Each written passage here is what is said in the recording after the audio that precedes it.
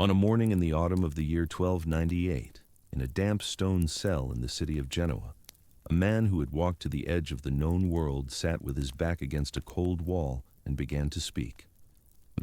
He was 44 years old, though he looked older, his skin weathered to the color of old leather by decades of desert sun and mountain wind, his dark eyes holding the peculiar stillness of someone who has seen things for which his language has no ready words. His name was Marco Polo, and he was a prisoner of war, captured 3 months earlier when a Venetian galley fleet had met catastrophe at the Battle of Curzola in the Adriatic Sea. Around him in the cell sat other Venetians, merchants and sailors and soldiers, men who had known the same cold walls and the same thin gruel and the same grinding uncertainty about whether they would ever see home again. But this man was different. This man had a story to tell. His listener was a writer named Rustichello, a Pisan who had spent years in Genoese captivity and who had made his reputation composing romantic tales of Arthurian knights for the courts of Europe. Rustichello had a gift, the ability to take another man's experiences and shape them into the rhythms of a narrative that would hold an audience rapt. He had written of Lancelot and Tristan, of magical swords and enchanted forests and the loves of courtly ladies.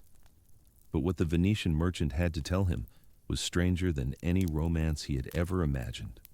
It was the story of a journey that had taken 24 years, a journey that had carried a teenage boy from the canals of Venice to the court of the most powerful emperor the world had ever known, across deserts where the sand sang at night and mountains where the air was too thin for birds to fly, through cities of stone bridges and paper money and silk beyond counting, to the very edge of the east where the sun rose over an ocean that no European had ever seen. Together, in the long winter evenings of their captivity, the merchant and the romance writer would produce one of the most extraordinary books in human history. It would be copied and recopied across the scriptoria of medieval Europe, translated into a dozen languages, read by kings and scholars and merchants and dreamers for centuries to come. It would inspire Christopher Columbus to sail west in search of the golden roofs of Cipangu. It would whisper to generations of Europeans of a world of wonders lying somewhere beyond the eastern horizon, a world larger and stranger and more magnificent than anything the Christian West had dared to imagine. And it would raise questions that scholars have been debating for 700 years. How much of what Marco Polo claimed to have seen was true? How much was exaggeration or misunderstanding or outright invention? And what does it mean that for centuries the most influential account of the Far East, written by any European, was dismissed by his own contemporaries as a book of lies? This is the story of Marco Polo, not the legend, but the man. The merchant's son who walked into Asia as a 17-year-old boy and did not return until he was 41. The imperial servant who spent 17 years in the administration of the Mongol Empire, traveling its vast provinces as a commissioner of the Great Khan. The prisoner who dictated his memories in a Genoese cell, struggling to find words for things his language had never needed to describe. And the old man who died in his bed in Venice, wealthy and respectable and still half disbelieved, insisting to his last breath that he had not told the half of what he had seen. To understand Marco Polo, we must first understand the world that made him, a world of merchants and ships and the endless hunger for the luxuries of the East.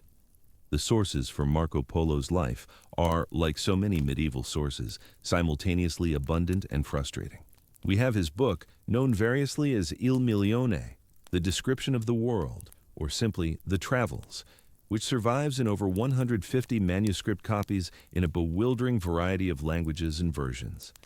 We have scattered references in Venetian archives, property records, legal documents, the will that Marco drew up in the final days of his life.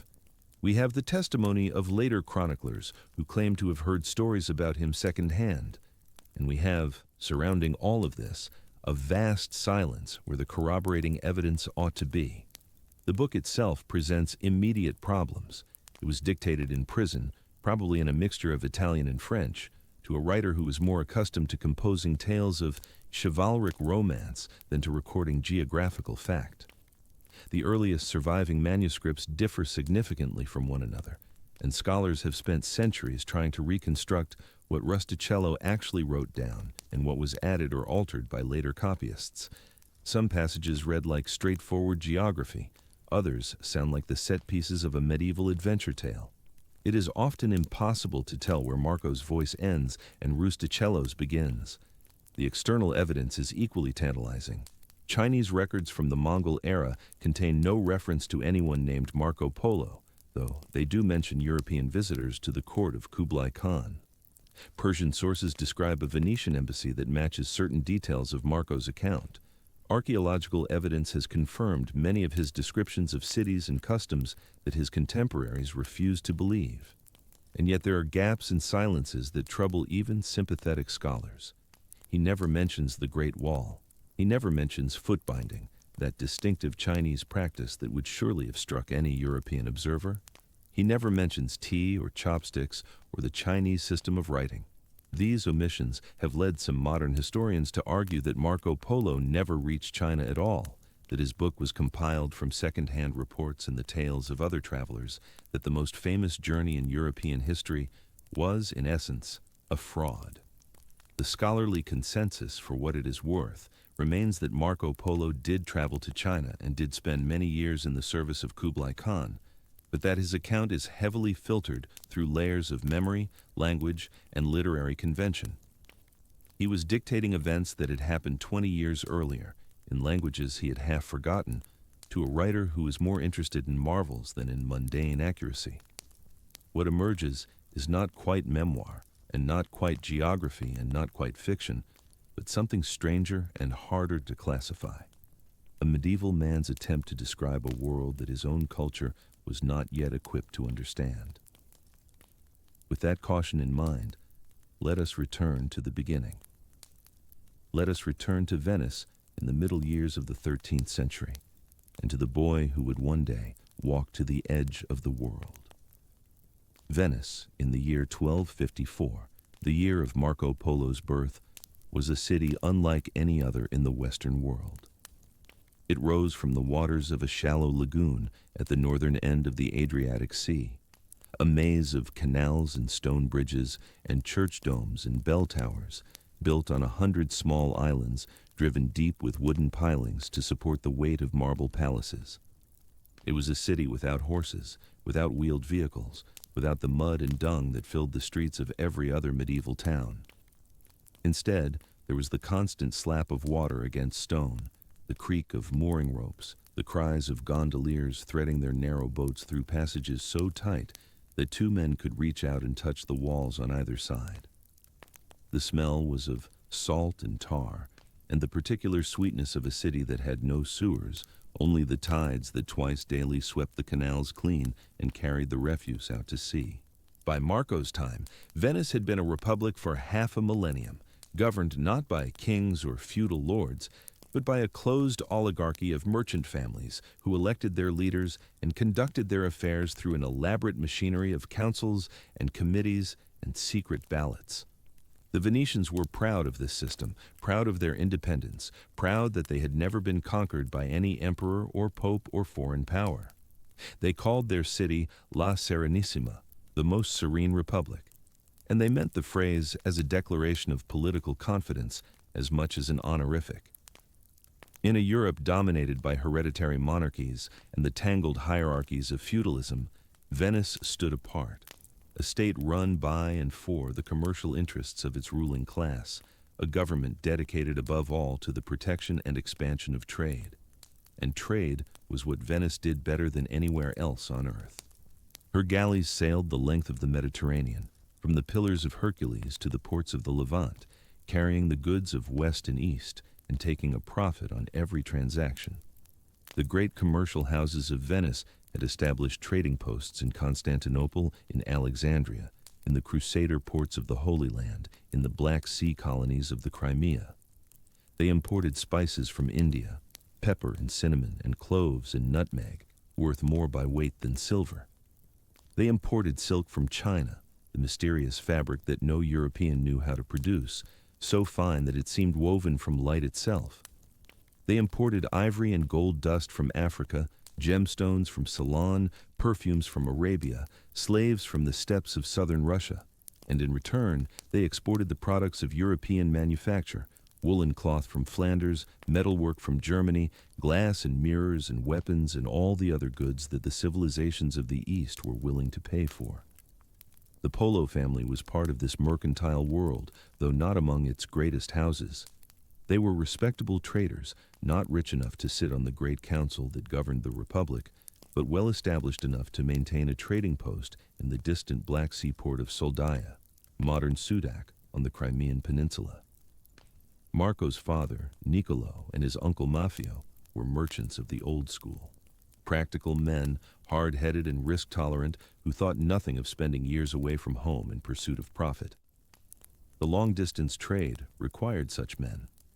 Voyages to the east could take months or years, and the merchants who undertook them needed to be capable of handling every kind of situation, from negotiating contracts in foreign languages, to fighting off bandits on mountain roads, to nursing sick partners through the fevers that killed so many travelers in unfamiliar climates.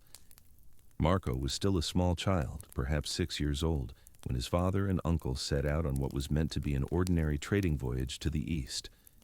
We do not know whether he remembered them leaving, whether there was a farewell on the docks or at the threshold of the family palazzo, whether anyone suspected that it would be 15 years before they returned. Medieval merchants were accustomed to long absences. A voyage to Constantinople might take weeks. A trading venture to the Black Sea ports might stretch into months. The Polo brothers probably expected to be gone for a year or two at most. What happened instead was one of those compound accidents of history that send a life careening off in an entirely unexpected direction. They sailed first to Constantinople, where they sold the goods they had brought from Venice and acquired new merchandise for the eastern markets. Then they continued north to their trading post at Soldaya on the northern shore of the Black Sea. And then, seeing an opportunity for greater profit, they pushed deeper east than any Venetian merchant had gone before. They traveled across the steppes of southern Russia to the court of the Mongol Khan Burka, who ruled the western portion of the vast empire that Genghis Khan had carved out of Asia 50 years earlier. Burke was the great-grandson of Genghis, and his domain, which later historians would call the Golden Horde, stretched from the Ural Mountains to the borders of Hungary, encompassing the entire sweep of the Russian steppes and the wealthy trading cities of the Volga. The Polo brothers spent a year at Burke's court, trading their goods and accumulating the kind of detailed knowledge of local conditions that was worth more than gold to a merchant house. They were preparing to return home when war broke out between Burke and his cousin Hulagu, who ruled the Mongol domains in Persia. Suddenly, the western routes were blocked.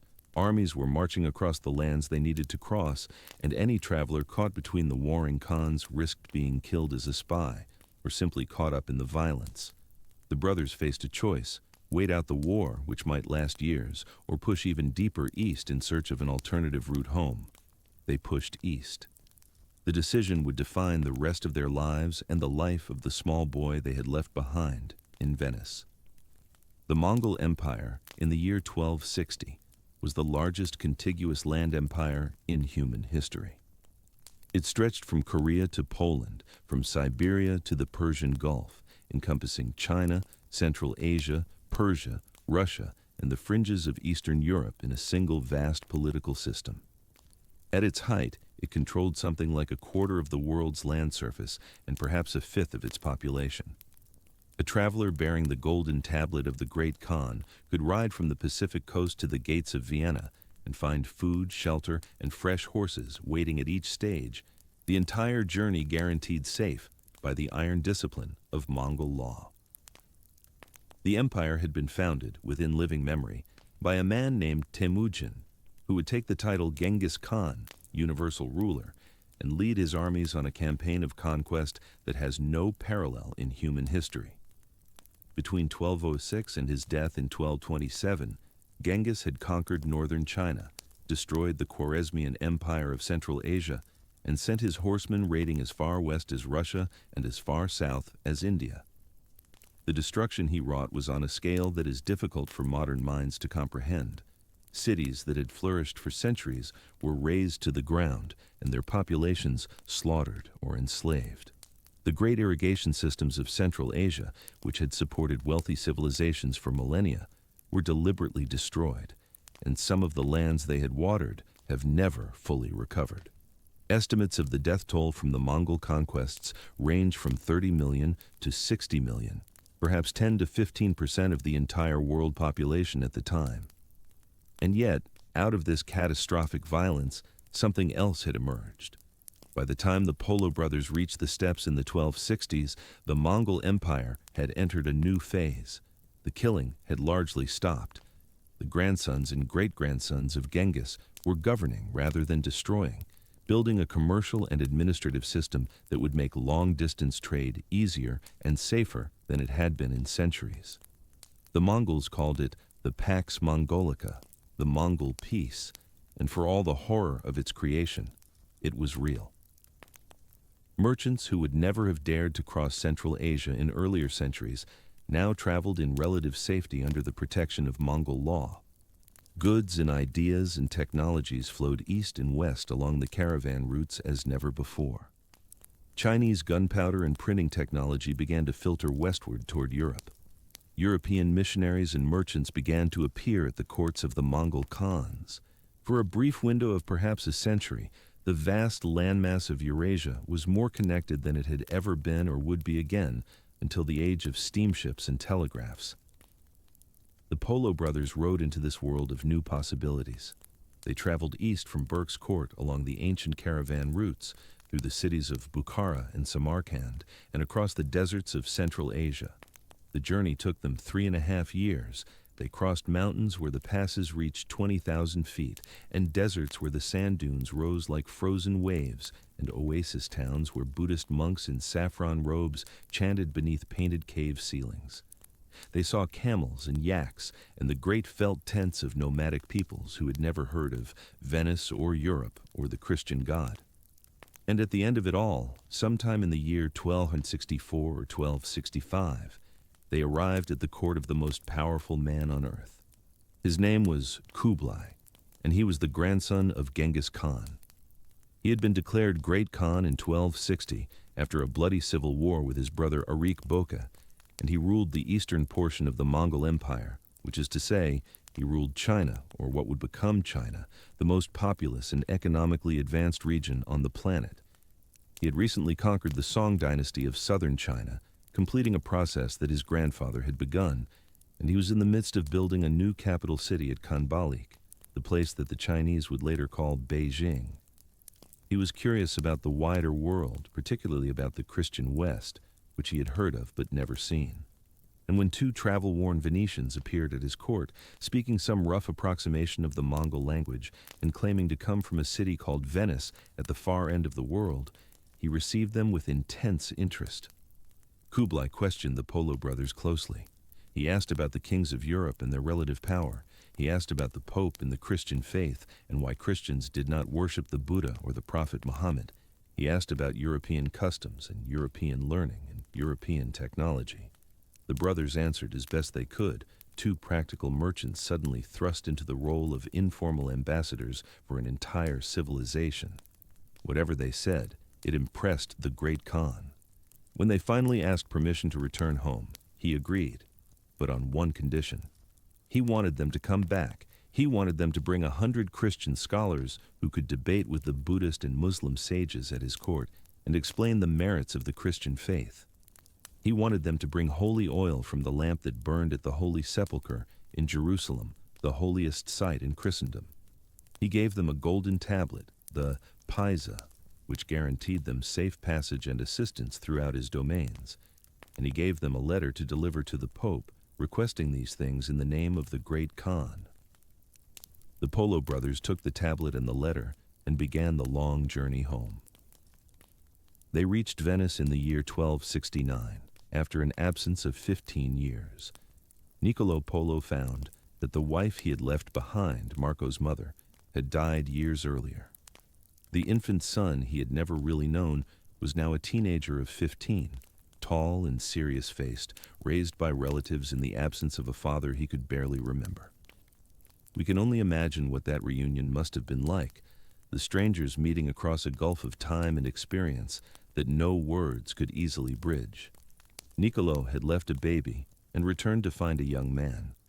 Marco had grown up fatherless and now found himself in the presence of a sun-weathered stranger who spoke of emperors and deserts and journeys beyond the edge of the world. For 2 years, the brothers attended to their accumulated affairs, settling debts and re-establishing their business connections and trying to fulfill the mission the great Khan had entrusted to them. They traveled to Rome to present Kublai's letter to the Pope, but there was no Pope to receive it. Clement IV had died in 1268, and the cardinals had been deadlocked for years, unable to agree on a successor. The Polo brothers waited. Month after month passed, and still the papal throne remained empty. Finally, in 1271, they decided they could wait no longer. They had promised to return to the great Khan, and a promise made to Kublai was not something to be broken lightly. They would go back without the 100 scholars, without the papal blessing, carrying only the holy oil from Jerusalem and whatever explanations they could offer for their failure. And they would take Marco with them. He was 17 years old. He had never left Venice, never traveled further than a young man of his class might ordinarily travel, perhaps a few trading voyages to nearby ports, perhaps some journeys on the Italian mainland, nothing that would prepare him for what lay ahead. But his father and uncle decided to bring him, and Marco agreed to go. Whether this was a father's belated attempt at connection or a practical calculation that the boy needed to learn the family business, or simply the recognition that a young man with no immediate prospects in Venice might do better seeking his fortune in the East, we cannot know.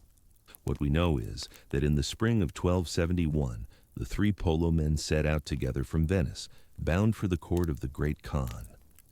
They sailed first to the Crusader port of Acre, on the coast of what is now Israel, where they met with a papal legate and explained their situation. The legate gave them letters of introduction to present to Kublai, though these were poor substitutes for the 100 scholars the Khan had requested. From Acre, they traveled to Jerusalem, where they obtained the holy oil from the lamp at the Holy Sepulchre, fulfilling at least that portion of Kublai's request. And then, as they were preparing to begin the overland journey east, extraordinary news reached them. The deadlock in Rome had broken, a new pope had been elected, and by remarkable coincidence, the new pope was Teobaldo Visconti, the same papal legate they had just spoken with in Acre. The newly elected Gregory X gave the Polos his blessing and provided them with 2 Dominican friars who were to accompany them to China and serve as the Christian scholars Kublai had requested. It was a significant gift. Dominican friars were learned men, trained in theology and philosophy, capable of holding their own in any religious debate. But the friars lasted only as far as Armenia. When they learned that war had broken out in the region and that the road ahead was dangerous, they lost their nerve and turned back, leaving the Polos to continue alone. The 100 scholars would remain forever undelivered, a promise that could not be kept. The 3 Venetians pressed on, and Marco Polo's great journey began in earnest. The route they followed was ancient, a path worn into the earth by thousands of years of traders and armies and migrating peoples. From the Mediterranean coast they climbed into the mountains of Armenia, where Noah's Ark was said to have come to rest on Mount Ararat, and where the oil that seeped from the ground was collected and sold as a medicine and lamp fuel. They descended into the plains of Mesopotamia, through lands that had seen the rise and fall of Babylon and Assyria, and a dozen other empires that were already ancient, when Venice was nothing but a cluster of fishing huts on a marshy lagoon. They passed through the wealthy Persian city of Tabriz, with its bazaars and caravanserais, and its merchants, trading in pearls and spices and the silks of the East. Marco was learning, absorbing, taking in details that would surface decades later in the pages of his book, the quality of the local textiles, the customs of the people, the goods that passed through each market, the distances between towns. From Tabriz they traveled south, crossing the Iranian plateau to the Gulf port of Hormuz, where they had originally planned to take ship for India and continue to China by sea. But when they saw the vessels available at Hormuz, they changed their minds. Marco would later describe these ships with barely concealed horror. They were sewn together with cords rather than held with nails, their hulls caulked with fish oil and date fiber, their design so primitive that anyone who had seen the sturdy galleys of Venice would hesitate to trust his life to them. The Polos decided to abandon the sea route and go by land instead, turning north and east into the heart of Asia. What followed was one of the most grueling journeys any European had ever undertaken.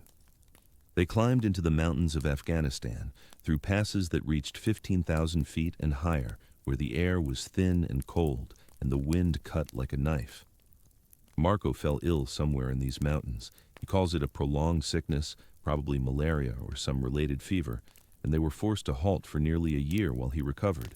They stayed in the highlands in the pure mountain air, and Marco later wrote that his health improved only because the cold, dry climate was so different from the miasma-laden lowlands where the disease had struck him. When he was well enough to travel, they continued. They crossed the Pamir Plateau, the roof of the world, where Marco observed that fire burned strangely and food took longer to cook, an accurate description of the effects of high altitude on boiling points and combustion that suggests he was paying closer attention than his critics have sometimes allowed. He noted the wild sheep that lived in these mountains with their enormous curving horns, animals that modern biologists would later name Ovis amenpolii, Marco Polo sheep, in his honor. He noted the cold and the desolation and the strange, thin quality of the air that made men's voices seem to disappear into nothing. From the Pamirs, they descended into the vast deserts of Central Asia. They were entering the Taklamakan, one of the most inhospitable regions on Earth, a sea of shifting dunes where summer temperatures could exceed 120 degrees, and where travelers who strayed from the established routes simply vanished, swallowed by the sand. The name itself, in the local Turkic language, was said to mean, "Go in and you won't come out." The Polos followed the chain of oasis towns that skirted the southern edge of the desert, a string of settlements watered by streams flowing down from the snow-capped peaks of the Kunlun Mountains.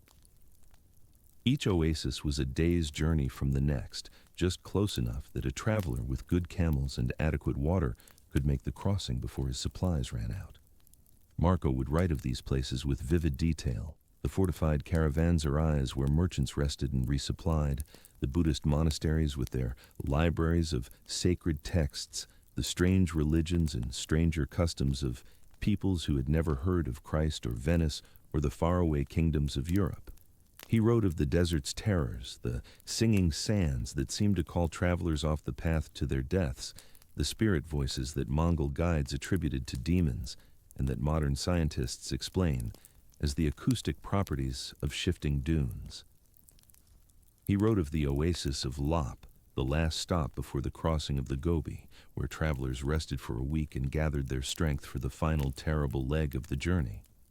The Gobi took 30 days to cross, 30 days of riding from waterhole to waterhole, of sleeping on hard ground under the wheeling stars, of watching the horizon for the dust clouds that might mean a sandstorm, or might mean bandits, or might mean nothing at all.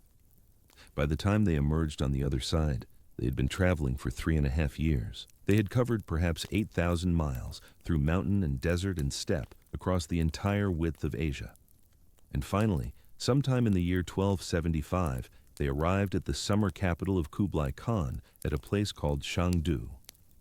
The name would echo down through the centuries, transmitted through Persian and Mongol and Chinese into the English imagination, until Samuel Taylor Coleridge, 500 years later, would pick up a travel book describing the ruins of this place, fall asleep while reading it under the influence of opium, and dream of a stately pleasure dome in Xanadu, where Alf the sacred river ran through caverns measureless to man down to a sunless sea. The poem would never be finished. Coleridge was interrupted by a visitor from Porlock and lost the thread of his vision, but the fragment would become one of the most famous works in the English language, and Xanadu would become synonymous with exotic luxury and vanished splendor. The real Chengdu was extraordinary enough without the embellishments of opium dreams. It was Kublai's summer capital, a city built on the grasslands of Inner Mongolia, where the weather was cooler than in the sweltering lowlands to the south. The walls enclosed a space larger than many medieval European cities, and within them rose palaces of marble and gold, gardens planted with trees transported from every corner of the empire, hunting parks stocked with deer and falcons and hunting leopards. Kublai himself was there when the Polos arrived, having retreated from the summer heat of his main capital to enjoy the breezes of the steppe. He received the three Venetians in person. The old merchant and his brother presented themselves to the Khan they had last seen a decade earlier. They delivered the holy oil from Jerusalem and the letters from the Pope. They explained, apologetically, that they had been unable to bring the 100 Christian scholars, that circumstances had prevented them from fulfilling that portion of his request, and they introduced the young man who had traveled with them, Marco, the son of Niccolo, 17 when he left Venice, and now 21, lean and bright-eyed and fluent in several of the languages of the East. Kublai was particularly taken with the boy. Marco was young and quick and curious, exactly the kind of observant traveler that a ruler of a vast empire is always hungry to employ. The great Khan asked him questions about what he had seen on the road, and Marco answered with the kind of detailed, vivid descriptions that would later fill his book. The strange customs and the unusual goods, and the things that a traveler with good eyes and a retentive memory notices along the way. Kublai, who spent his life surrounded by flatterers and cautious bureaucrats, found the young Venetian refreshing. Before long, Marco Polo had been taken into the Khan's service. He would remain in China for 17 years. He would travel the vast provinces of the empire as an imperial commissioner, trusted with missions that took him to places no European had ever seen.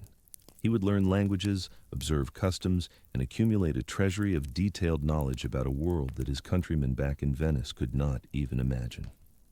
And when he finally returned home, nearly a quarter century after he had left, he would carry all of it with him.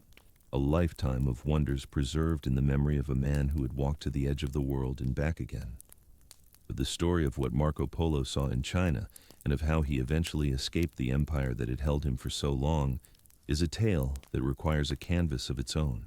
The boy who had arrived at Chengdu was about to become something else entirely, an instrument of imperial power in the greatest empire the world had ever known, a witness to marvels that his contemporaries would refuse to believe, and ultimately a prisoner twice over, first in the golden cage of Kublai's service, and then in the stone cell where he would finally tell his story. The journey to China was only the beginning. What happened there would shape everything that came after.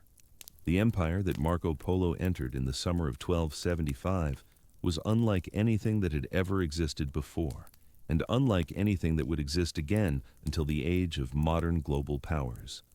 The Mongol Empire, at its height, stretched from the Pacific coast of China to the plains of Poland, from the frozen forests of Siberia to the Persian Gulf. It encompassed perhaps a quarter of the world's population and a similar fraction of its landmass. A man could travel from Korea to Hungary without once leaving Mongol-controlled territory, and along the routes that connected this vast dominion, a system of relay stations, imperial roads, and enforced peace made long-distance travel safer and faster than it had been in centuries, or would be again for centuries to come. The Mongols called this peace the Pax Mongolica, though the peoples they had conquered to achieve it might have chosen different words. Kublai Khan, in whose court Marco now found himself, was the fifth great Khan of the Mongol Empire, the grandson of Genghis Khan himself. But Kublai was a different kind of ruler than the world-conquering nomad warlord who had founded the dynasty. Genghis had been born in a felt tent on the Mongolian steppe, had risen from poverty and captivity to forge the most devastating military machine in human history, and had died without ever sleeping under a permanent roof if he could avoid it. Kublai, born in 1215, had grown up in a world already transformed by Mongol conquest. He was educated, sophisticated, fascinated by the religions and philosophies of the peoples his family had subjugated. He spoke Mongolian and Chinese and possibly other languages. He patronized scholars and artists of every faith, Buddhist monks, Nestorian Christian priests, Muslim astronomers, Confucian scholars, Taoist mystics. His court was a gathering place for talent and ambition from across the known world, a place where a young Venetian merchant with a gift for observation and a willingness to travel might find opportunities that would have been unimaginable in the more rigid hierarchies of Europe. Marco's official position in the Khan's service is difficult to determine with precision. He describes himself at various points as an envoy, an inspector, a commissioner of sorts, someone sent to the far provinces of the empire to observe and report. The Chinese and Mongol records of the period, vast as they are, contain no mention of him by name, a fact that skeptics have seized upon for centuries. But this absence is less damning than it might appear. Marco was a minor functionary by the standards of the Chinese bureaucracy, a useful foreigner, but not an important one. The records that survive are incomplete, heavily focused on matters of state and taxation, and a traveling inspector of Marco's rank might easily have passed through the documentary record without leaving a trace. What matters is that his descriptions of China, however he gathered them, proved extraordinarily accurate when later travelers and scholars were finally able to check them against reality. The China that Marco discovered was the wealthiest and most sophisticated civilization on Earth, and it was in the process of a profound transformation. Kublai had completed the conquest of the southern Song dynasty only a few years before Marco's arrival, unifying all of China under Mongol rule for the first time in 3 centuries. The conquest had been devastating. Millions had died, cities had been razed, whole regions had been depopulated. But the Mongols, unlike some conquerors, had a genius for administration. They adopted and adapted the bureaucratic systems of their Chinese subjects. They maintained the roads and canals. They patronized commerce and agriculture. They brought in experts and administrators from every corner of their empire, Muslims from Persia, Christians from the West, Uyghurs and Tibetans and Koreans, creating a cosmopolitan ruling class that overlaid the Chinese population below. Marco traveled through this world with the eyes of a merchant and the curiosity of a born observer. He noticed things that a more scholarly traveler might have overlooked: the quality of goods in a market, the number of bridges in a city, the peculiar customs surrounding birth and death and marriage. He was particularly fascinated by the systems of commerce and communication that held the empire together. He described the great roads that radiated outward from the capital, lined with trees planted to shade travelers and mark the route through snowstorms. He described the postal system, one of the great achievements of Mongol administration, in which relay stations were positioned at intervals of 25 or 30 miles along every major route, each one stocked with fresh horses and staffed with riders ready to carry imperial messages at speeds that astonished him. A dispatch could travel 300 miles in a day, moving through the night by the light of torches and the sound of bells that warned oncoming traffic to clear the road. But nothing astonished him more than the use of paper money. In 13th century Europe, wealth meant metal, gold and silver coins, carefully weighed and jealously guarded. The idea that a government could print slips of paper and declare them to be worth as much as silver was essentially inconceivable. Marco describes the system with something approaching wonder. The paper was made from the bark of mulberry trees, cut into rectangular sheets of various sizes, stamped with the imperial seal, and signed by a series of officials whose signatures guaranteed its authenticity. The largest denomination was worth roughly 10 bezants of gold. The smallest was worth a fraction of a single silver coin. Anyone who refused to accept this paper in payment was subject to severe punishment. Anyone who counterfeited it was put to death. And yet, the system worked. Merchants accepted it. Taxes were paid in it. The economy of the largest and most sophisticated civilization on Earth ran, quite literally, on paper. Marco also witnessed something that would not reach Europe for another 300 years: the burning of black stones for fuel. Coal was unknown to most Europeans in the 13th century.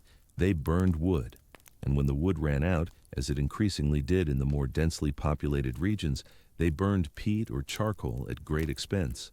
In China, Marco found coal being used everywhere, not just by blacksmiths and metalworkers, but by ordinary households. The Chinese had been burning coal for centuries. They mined it from the hills and transported it by river and canal to the great cities of the south, where bathhouses burned it to heat the water that the Chinese used for their peculiar habit of bathing several times a week. Marco, like most medieval Europeans, found frequent bathing slightly suspicious, but he could not help admiring the efficiency of the fuel source. He was fascinated, too, by the Chinese skill in silk manufacture, which far exceeded anything available in Europe. He described the mulberry groves where the silkworms were raised, the careful techniques of spinning and weaving, the astonishing variety of fabrics produced, brocades and damasks and satins in every color imaginable, with patterns so intricate that they seemed almost impossible to have been made by human hands. He described the porcelain workshops, where craftsmen produced vessels of a delicacy and translucence that European potters could not replicate. He described the great shipyards of the South, where junks were built with multiple masts, with watertight compartments that prevented the entire vessel from sinking if one section was breached, with rudders and anchors and navigational techniques that would not reach European ships for centuries. And he described the cities. The cities of China were unlike anything Marco had ever seen or could have imagined. Venice, his home, was one of the great cities of Europe, a place of perhaps 100,000 inhabitants, rich and sophisticated by European standards. But Venice was a provincial town compared to the urban centers of the Chinese South. Hangzhou, which Marco called by its Mongol name Qinsai, was the former capital of the southern Song dynasty, a city that had surrendered to the Mongols only in 1276, just a year after Marco's arrival in China. It was, he wrote, beyond dispute, the finest and most splendid city in the world. The numbers he gave strained credulity. A circuit of 100 miles around, 12,000 stone bridges, many of them so high that a masted ship could pass beneath without lowering its sail. A population that he estimated at 1 million or more households, perhaps 5 or 6 million people in a single city, at a time when the largest cities in Europe held fewer than 100,000. Markets where 1,000 types of goods were traded daily. A great artificial lake at the heart of the city, ringed with palaces and pleasure gardens, upon which the wealthy citizens drifted in painted barges while musicians played and servants poured wine. Bathhouses and restaurants and taverns beyond counting. Streets paved with stone and brick.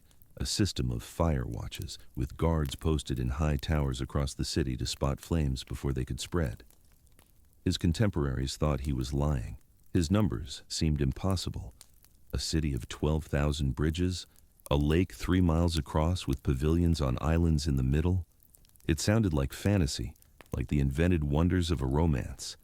And yet, when modern historians examined the Chinese records of the Song dynasty capital, they found that Marco's descriptions were, if anything, understated.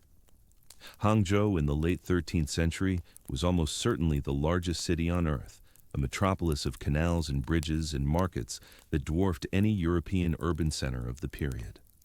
The Song dynasty chroniclers themselves describe its 12,000 bridges, its 1 million households, its vast lake, and its pleasure gardens. Marco Polo saw what he said he saw. The problem was that the world he came from had no frame of reference for understanding it. He traveled widely through the Chinese provinces on the Khan's business, though the exact nature of his missions remains unclear. He claims to have governed the city of Yangzhou for 3 years, a claim that modern scholars regard with some skepticism. The Chinese records show no trace of a foreign governor, and the administrative structure of the period makes it unlikely that so important a position would have been given to a young foreigner, however favored by the Khan. More likely he served in some lesser capacity, perhaps as an inspector or a tax official, with enough authority to observe but not enough to leave a permanent mark on the documentary record. Whatever his official role, he used his travels to accumulate an extraordinary fund of observations. He described the rice paddies of the Yangtze Valley, the most productive agricultural land in the world, where the warm climate and the intricate systems of irrigation allowed 2 or even 3 harvests a year. He described the salt works and the tea plantations, the fishing fleets and the markets where live fish were sold swimming in tanks of water. He described the customs surrounding death and burial, the paper money and paper houses burned at funerals so that the dead might have wealth and shelter in the afterlife. He described the practice of foot binding, which was already beginning to spread among upper-class Chinese women, though he may not have fully understood its purpose or implications. He described the astrologers and fortune-tellers who thronged the streets of every major city, the Buddhist monasteries with their golden idols and their saffron-robed monks, the Taoist temples where priests sought immortality through meditation and alchemy. He also traveled to the borders of the empire and the lands beyond. He visited the provinces of Yunnan in the southwest, a wild frontier region only recently conquered, where elephants roamed the forests and the local lords still practiced customs that shocked even Marco's relatively tolerant sensibilities. He described a visit to Tibet, or at least to the eastern regions that bordered on the Tibetan plateau, where he observed the strange religious practices of the lamas and the spinning prayer wheels and the butter lamps flickering in the cold mountain air. He sailed down the coast to the kingdoms of Southeast Asia, to Champa and Sumatra, where he encountered cultures entirely distinct from China. Hindu kingdoms and Muslim traders, and peoples who still practiced customs that seemed to Marco barely distinguishable from those of wild beasts. And he heard stories of lands even further beyond. He heard of Chipangu, the island kingdom to the east that we now call Japan, which Kublai Khan had twice attempted to conquer and twice failed, his invasion fleets destroyed by the great storms that the Japanese would later call kamikaze, the divine wind. Marco never visited Japan himself, but he recorded what he had heard, that it was a land of fabulous wealth, that the royal palaces were roofed with gold, that the people had fair complexions and were civilized in their manners. These reports were exaggerated, the embellishments of traders and travelers, but they would have enormous consequences. When Christopher Columbus set out across the Atlantic 2 centuries later, he carried with him a copy of Marco Polo's book, heavily annotated in his own hand. The margins are filled with his excited notes wherever Marco mentions gold or precious stones. Columbus was looking for Cipangu. He was looking for the golden-roofed palaces that Marco had described. He found instead the Americas. The years accumulated. Marco grew from a young man into something approaching middle age, his hair graying, his face weathered by the years of travel under strange suns. His father and uncle, both now in their 60s, had grown wealthy in the Khan's service, but their thoughts had begun to turn homeward. They had been away from Venice for more than 20 years. They had families and business interests there, connections that grew more tenuous with every year that passed. And they had begun to fear what might happen when Kublai died. The Khan was old. He was born in 1215, which made him well into his 70s, an extraordinary age for any man of the time, and especially for a Mongol prince who had spent his life in war and administration. His health was failing. He suffered from gout and obesity, the consequences of a lifetime of banquets and physical inactivity. His favorite wife had died. His favorite son and chosen heir had also died. The succession was uncertain, and the Polos knew from long experience what happened to court favorites when a new ruler took power. The friends of the old king became the enemies of the new one. The foreigners who had been protected by imperial favor became targets for the resentment of the indigenous bureaucracy. It had happened before, in dozens of succession crises across the history of the empire. It would happen again. They petitioned Kublai for permission to return home. He refused. He valued them too highly, he said. He was fond of them, particularly of Marco. He could not bear to let them go. Again they asked. Again he refused. They were caught in a gilded trap, too valuable to release, too foreign to truly belong, growing older in a land that was not their own while their home receded into memory. The solution came, as it often does, from an unexpected direction. The Mongol Empire was not a single unified state, but a federation of Khanates, ruled by various branches of the family of Genghis Khan. To the west lay the Ilkhanate of Persia, another realm founded by Mongol conquest, which controlled the ancient lands of Iran and Iraq and extended its influence toward the Mediterranean. The current Ilkhan, a man named Arghun, had recently been widowed. Following the Mongol custom of preferring to marry within their own family lineage, he sent envoys to Kublai Khan requesting that a princess of the imperial house be sent to Persia to become his new queen. Kublai agreed. A young woman named Kukuchin was selected, a princess of the Mongol royal line, said to be beautiful and only 17 years old. A great expedition was assembled to convey her to her new husband. The original plan was to travel overland, following the ancient caravan routes west through Central Asia, the same route the Polos had taken coming east. But news arrived that the roads were blocked by war. Several of the Mongol Khanates had fallen into conflict with one another, and the passes through Central Asia had become impassable. The Persian envoys proposed instead to take the sea route, sailing south through the China Sea and around the coast of India to the Persian Gulf. This was where the Polos saw their opportunity. The Persian envoys had heard of the three Venetians and their experience with long-distance travel. They requested that Marco, Niccolo, and Maffeo be allowed to accompany the expedition as guides and advisors. Kublai, presented with a request from foreign dignitaries rather than a petition from the Polos themselves, found it difficult to refuse without giving insult. Reluctantly, he gave his permission. The Polos would escort the princess to Persia and then continue home to Venice. He made them promise to return to China after they had attended to their affairs in the West. They agreed, knowing perhaps that they never would. The fleet that assembled at the southern port of Zaitun was enormous. 14 ships, some of them the great ocean-going junks that Marco had admired so much, with their multiple masts and watertight compartments. The passenger list numbered perhaps 600 people, sailors and soldiers, courtiers and servants, the princess and her attendants, the Persian envoys, and the three Venetians who had served the Khan for so many years. They set sail sometime in early 1292, and what followed was a journey of nightmare. The first leg took them south through the waters of modern-day Vietnam and Malaysia to the island of Sumatra. Here they were forced to halt. The monsoon winds had turned against them, and no ship could make headway against the seasonal weather patterns that governed all navigation in Asian waters. They waited for 5 months, camped on the coast of an unfamiliar island, watching for the winds to change. Disease crept through their camp. The tropical heat rotted their supplies. Men sickened and died. The princess, to her credit, seems to have endured the hardship without complaint, though she was far from home and surrounded by strangers, and bound for a country she had never seen to marry a man she had never met. When the winds finally shifted, they put to sea again, sailing west across the Indian Ocean. More delays followed, more deaths. The voyage that should have taken months stretched into years. By the time they reached the Persian Gulf, 2 years had passed since their departure from China. Of the 600 people who had set out from Zaitun, only 18 were still alive. The Persian envoys had perished. Most of the crew and soldiers had perished. The Polos survived, along with the princess, protected perhaps by the same resilience that had carried them across Asia in the first place, or simply by the luck that governs who lives and who dies when disease sweeps through a confined population.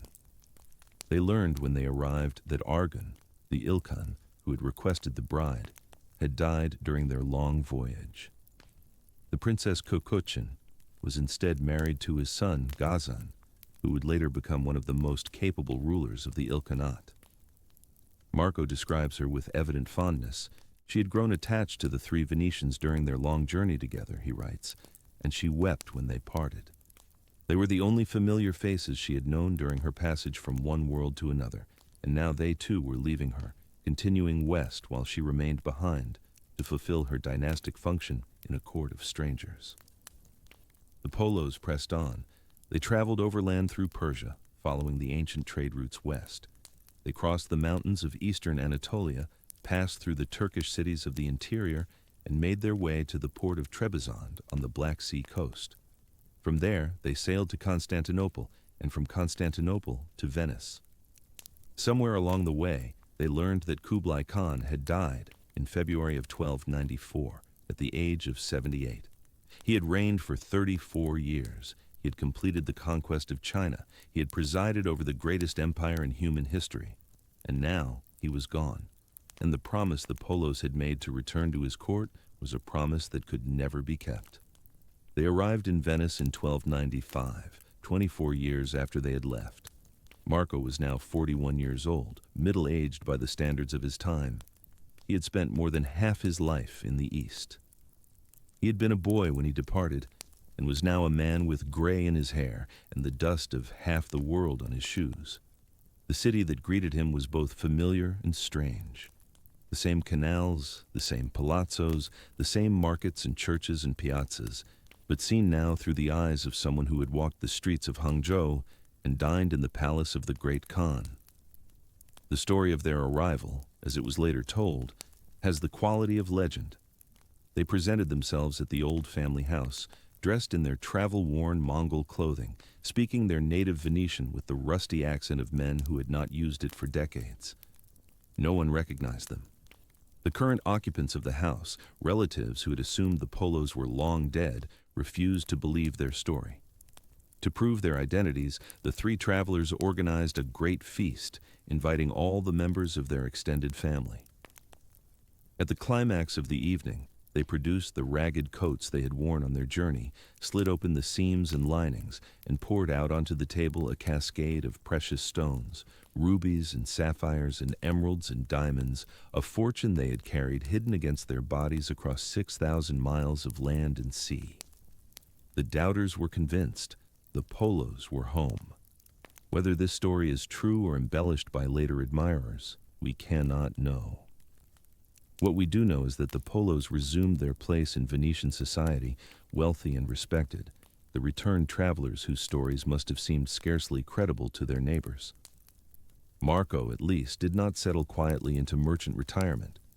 In 1296, war broke out between Venice and Genoa, the latest chapter in the long struggle for commercial dominance in the Mediterranean. Marco, perhaps drawing on his experience as an imperial official, was given command of a galley in the Venetian fleet.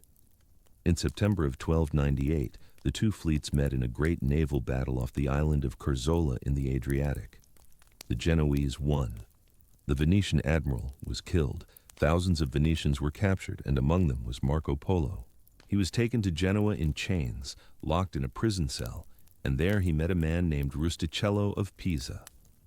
Rustichello was also a prisoner of war, captured in some earlier conflict, but he was a prisoner of a particular kind, a writer of romances, a spinner of tales about knights and adventures and marvels. He had written stories about King Arthur and the Round Table. He knew how to shape raw material into the rhythms of a narrative, and in Marco Polo, he found the greatest raw material of his career. Through the long months of their imprisonment, Marco talked and Rustichello wrote. The book they produced together would be known by many names: The Travels of Marco Polo, The Description of the World, The Book of Marvels. It was written in a French dialect, the literary language of romance and courtly entertainment, rather than in Marco's native Italian or the Latin of scholars.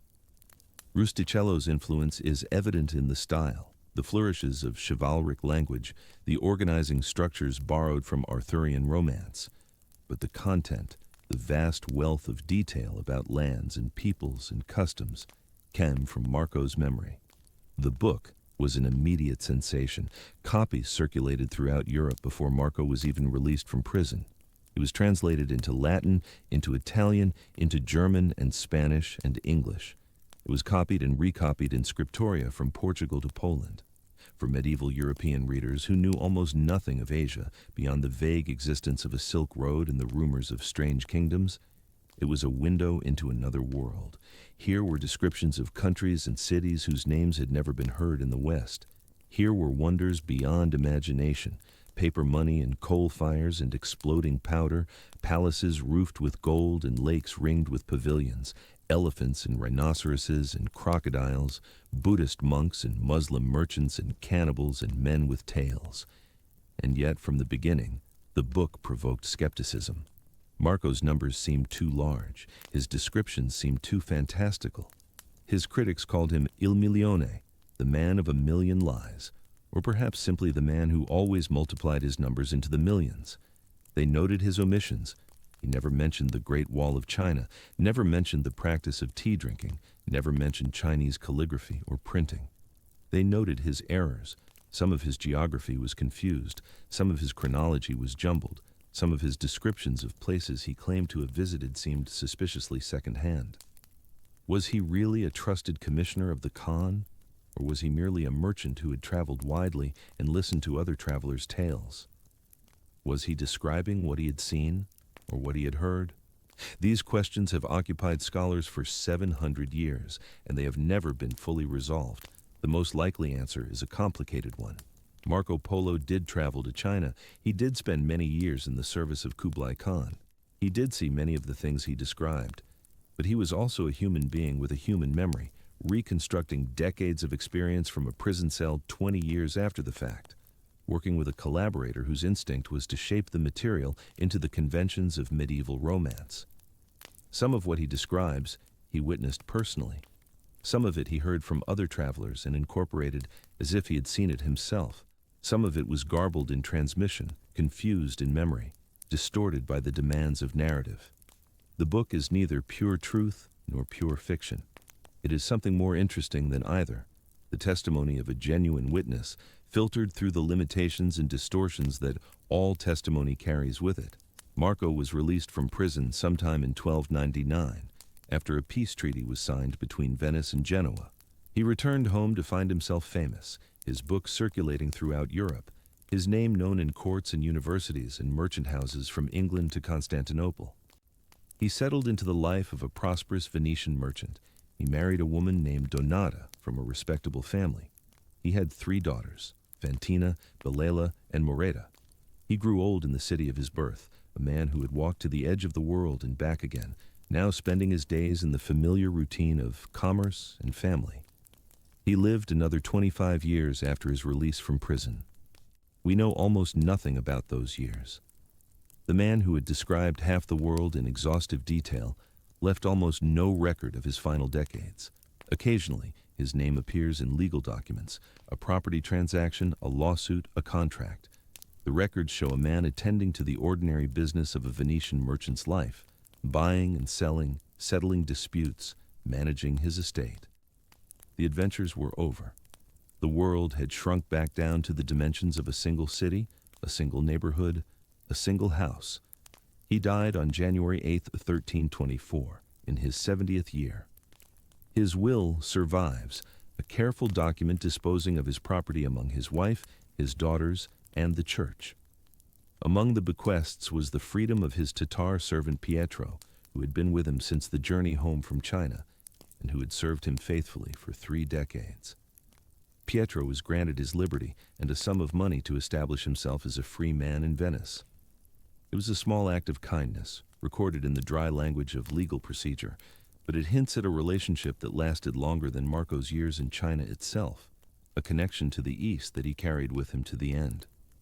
On his deathbed, so the story goes, his friends and family gathered around him and urged him one last time to retract the more extravagant claims in his book. His reputation was on the line, they said. His soul was on the line.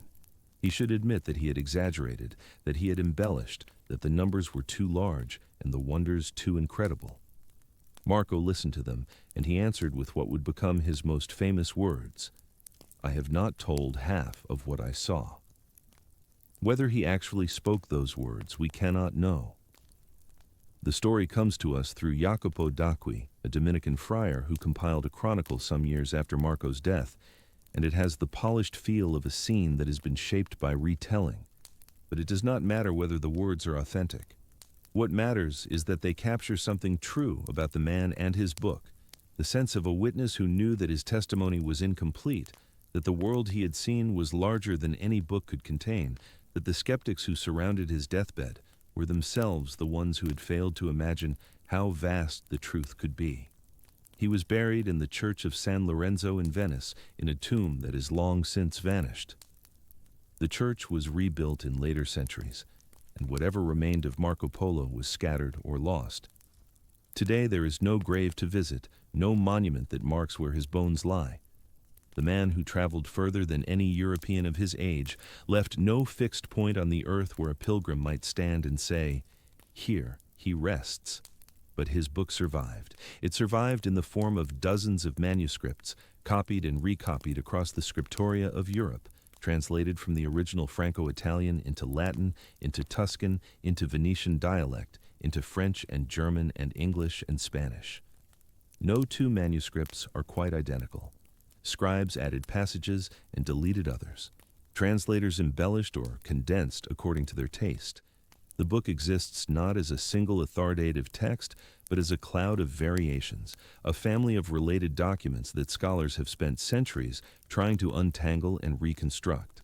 The oldest surviving manuscript, and probably the closest to what Marco and Rustichello actually produced, is a Franco-Italian version held in the Bibliothèque Nationale de France, written in a strange hybrid language that was the lingua franca of Mediterranean commerce and Crusader romance.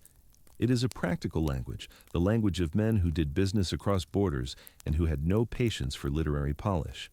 The sentences are often rough, the grammar inconsistent, the spelling variable. It reads like what it probably was, a dictated text set down quickly, with the urgency of a man who had much to tell and limited time to tell it. Later versions are more elaborate. A Latin translation, prepared by a Dominican friar named Francesco Pipino in the early 14th century, smoothed out the rough edges and added scholarly apparatus, making the book more respectable for learned readers. A Tuscan version expanded certain passages and added material that may have come from conversations with Marco himself after his release from prison. Each version found its own audience, and each shaped the way that readers encountered the text. The book was popular from the beginning. It was controversial from the beginning, and it was influential from the beginning, though its influence worked slowly, filtering through European consciousness over generations rather than transforming it overnight. For the first century after its composition, the travels circulated primarily among the educated classes, in monasteries, in the libraries of princes, in the counting houses of great merchants. It was a book to be read aloud in noble households, a source of wonder and entertainment, a window onto a world that few readers expected ever to see themselves. It was also, increasingly, a reference work. Cartographers began to incorporate its information into their maps. Cosmographers cited it in their treatises on the shape of the world. The book began to function not merely as a tale of marvels, but as a source of geographical knowledge, however imperfect. The most famous of these cartographic incorporations was the Catalan Atlas, produced in 1375 for King Charles V of France by the Majorcan Jewish cartographer Abraham Cresques. This magnificent map, preserved today in the same Paris library that holds the oldest manuscript of Marco's travels, covers the known world from the Atlantic to the Pacific, and its eastern portions are saturated with Polo's descriptions. Here is Kublai Khan enthroned in his tent, surrounded by the cities and rivers that Marco described. Here is the wealth of Cathay, the islands of the spice trade, the ports from which the great junks sailed. The map is not accurate by modern standards, it could not be, but it represents a genuine attempt to synthesize the fragmentary knowledge that Marco and other travelers had brought back from the East into a coherent picture of the world. The influence deepened in the 15th century as European ambitions expanded and the technology of seafaring advanced. The Venetian merchant's book became increasingly relevant to practical men who were beginning to ask practical questions. How might one reach the wealth of the East by routes other than the long and dangerous overland journey that Marco had described? What lay beyond the familiar waters of the Mediterranean and the coasts of Africa? Was there perhaps a way to sail west across the Atlantic and reach the same rich lands from the other direction? One reader who asked these questions with particular intensity was a Genoese sailor named Christopher Columbus, who owned a copy of Marco Polo's travels and studied it with the obsessive attention of a man building a theory. Columbus's copy of the book survives. It is held today in the Biblioteca Colombina in Seville, and it is covered with his marginal annotations, over 100 of them in his cramped handwriting, marking passages that seemed to him especially significant. He marked the passage about Chipangu, the island kingdom with roofs of gold. He marked the descriptions of the great ports of southern China. He marked the references to the Spice Islands and the wealth that flowed through them. He calculated distances based on Marco's estimates, convinced himself that the globe was smaller than it actually was, and concluded that a westward voyage from Spain to the Indies was not only possible, but practical. He was wrong about the distances. He was wrong about the size of the earth. But his errors were in some sense productive errors. They gave him the confidence to attempt what no one else had dared. When Columbus sailed in 1492, he carried with him a copy of Marco Polo's book, or at least notes from it. He expected to find what Marco had described, the cities of Cathay, the court of the great Khan's successor, the fabulous wealth of the East. What he found instead was something that Marco had never imagined, a vast continent that no one in Europe or Asia had known existed, lying directly in the path of the westward voyage. Columbus went to his grave believing that he had reached the outskirts of Asia, that the islands he had discovered were somewhere in the vicinity of Marco's Indies.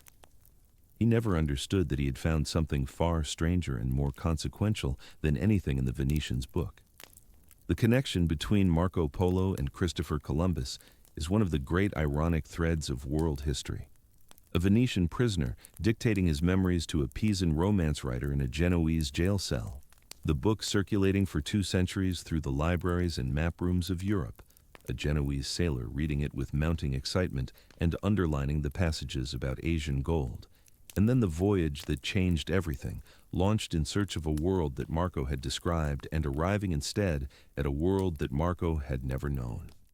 The travels became, in a sense, the bridge between the medieval world and the early modern one, not because Marco discovered anything, but because his book created a space in the European imagination where discovery became thinkable. The irony deepens when we consider what Marco himself would have made of all this. He had no conception of a new world lying beyond the Western Ocean.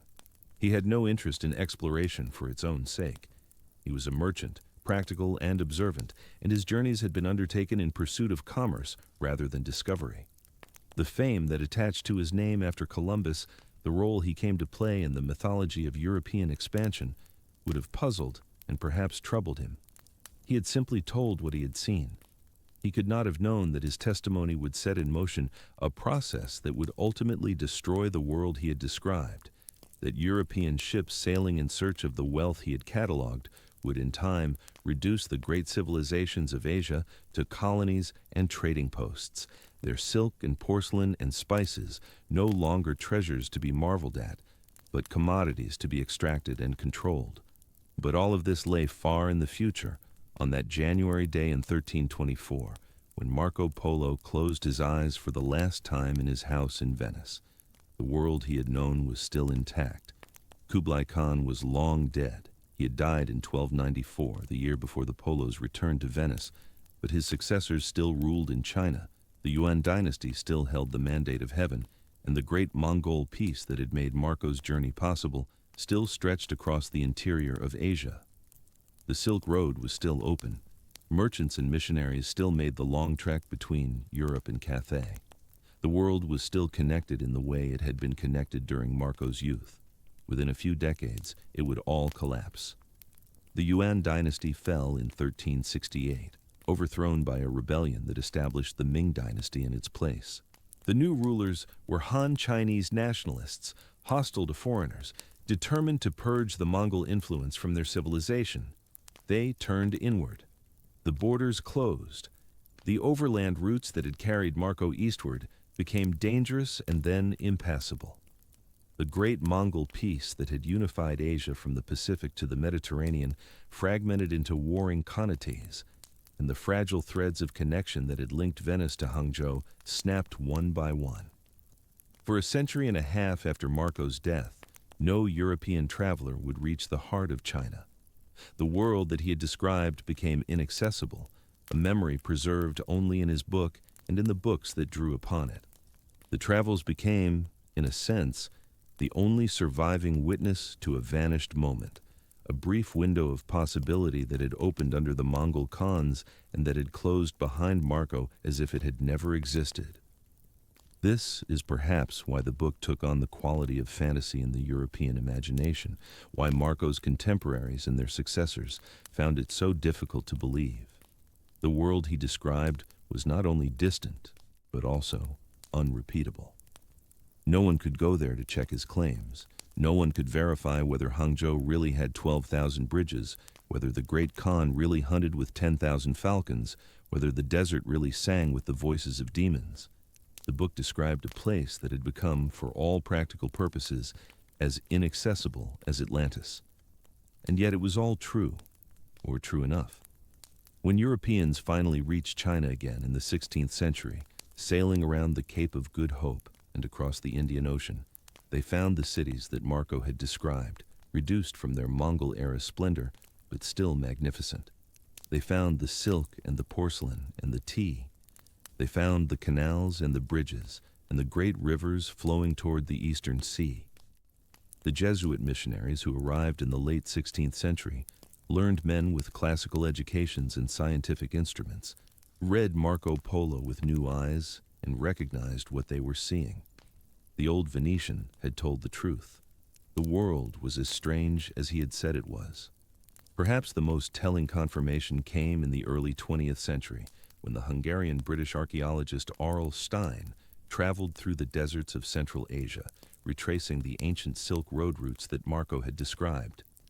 In the cave temples of Dunhuang, on the edge of the Taklamakan Desert, Stein found a sealed library that had been walled up for nearly 1,000 years, containing thousands of manuscripts and painted silk banners that documented the Buddhist civilization of the Silk Road at its height.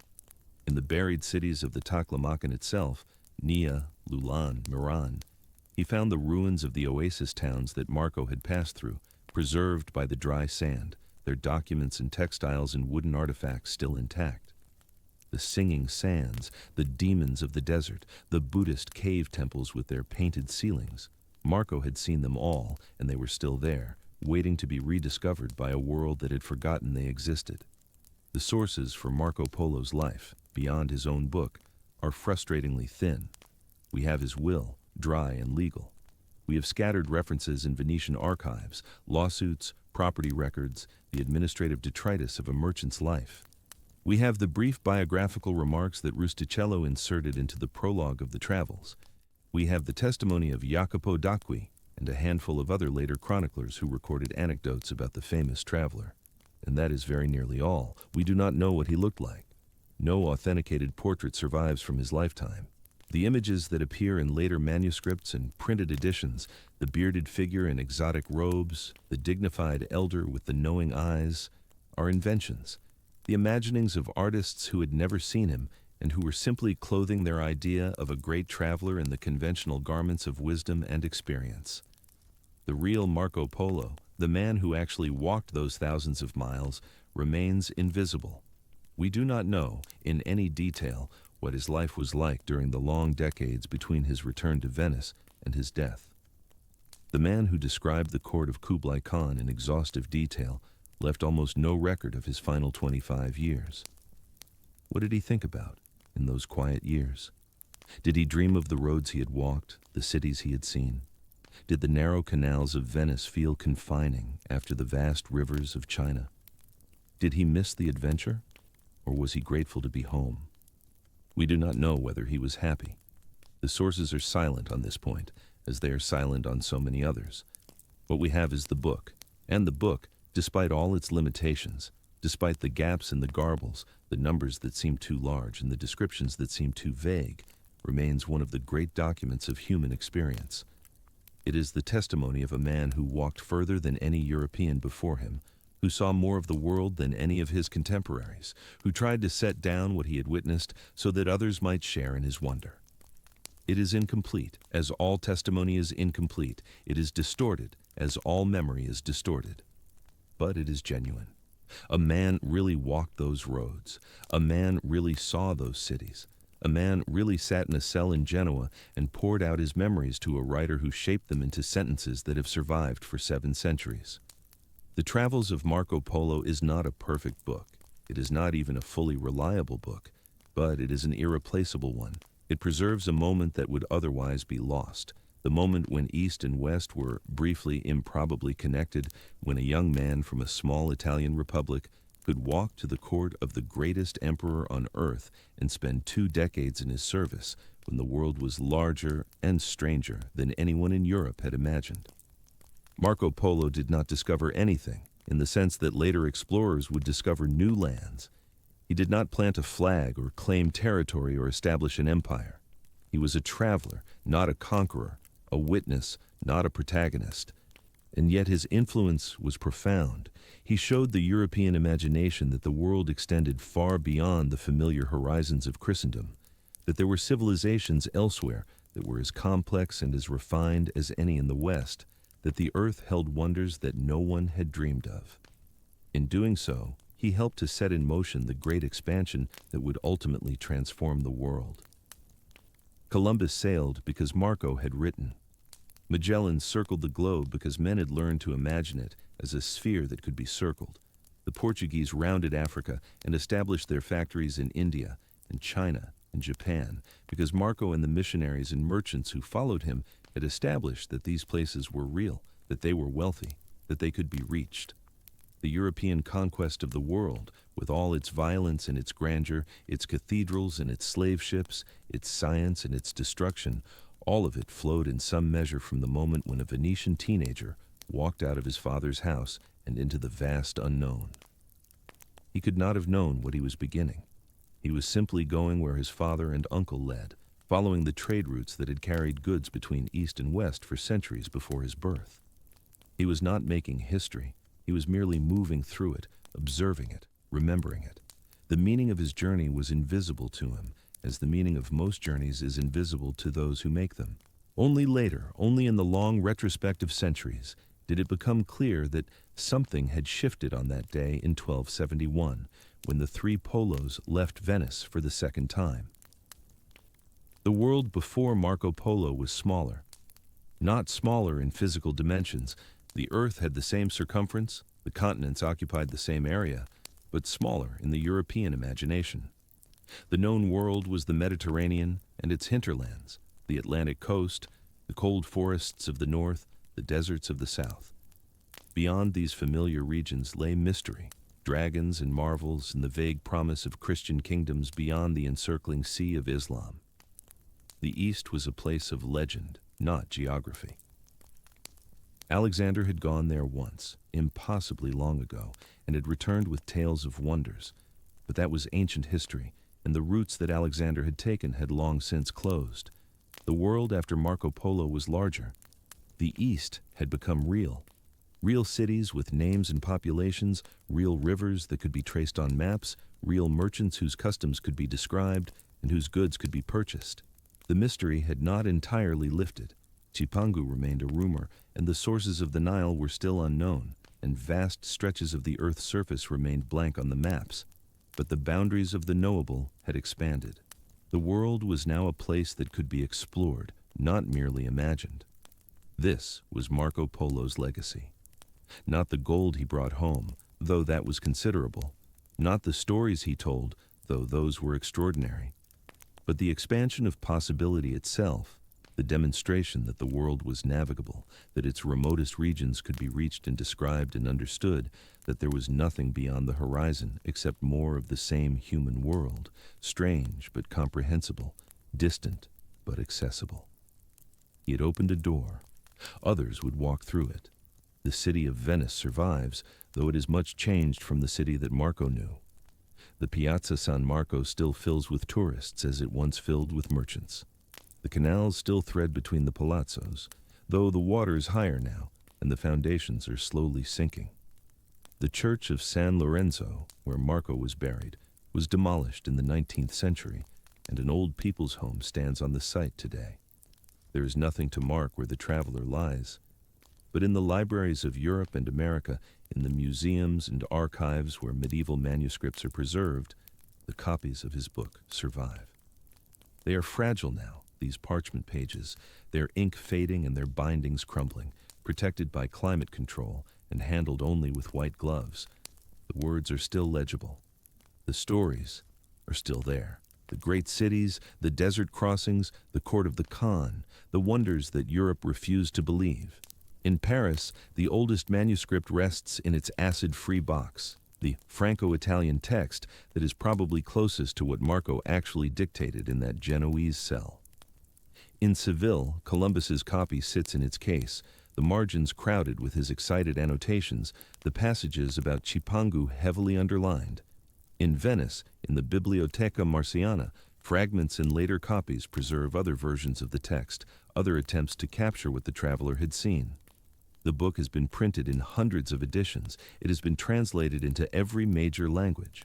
It has been illustrated by artists who imagined the scenes that Marco described. It has been analyzed by scholars who have spent their careers trying to separate the authentic from the embellished, the witnessed from the hearsay. It has been read by millions of readers who will never walk the roads that Marco walked, who will never see the desert sing or the mountains scrape the sky, but who can follow him in imagination across the vast distances he traveled.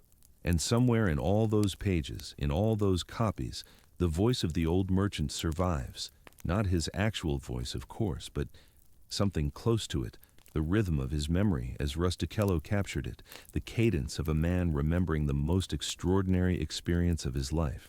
The years in the Khan's service, the cities like none in Europe, the wealth beyond counting, the wonders beyond believing. He had not told half of what he saw.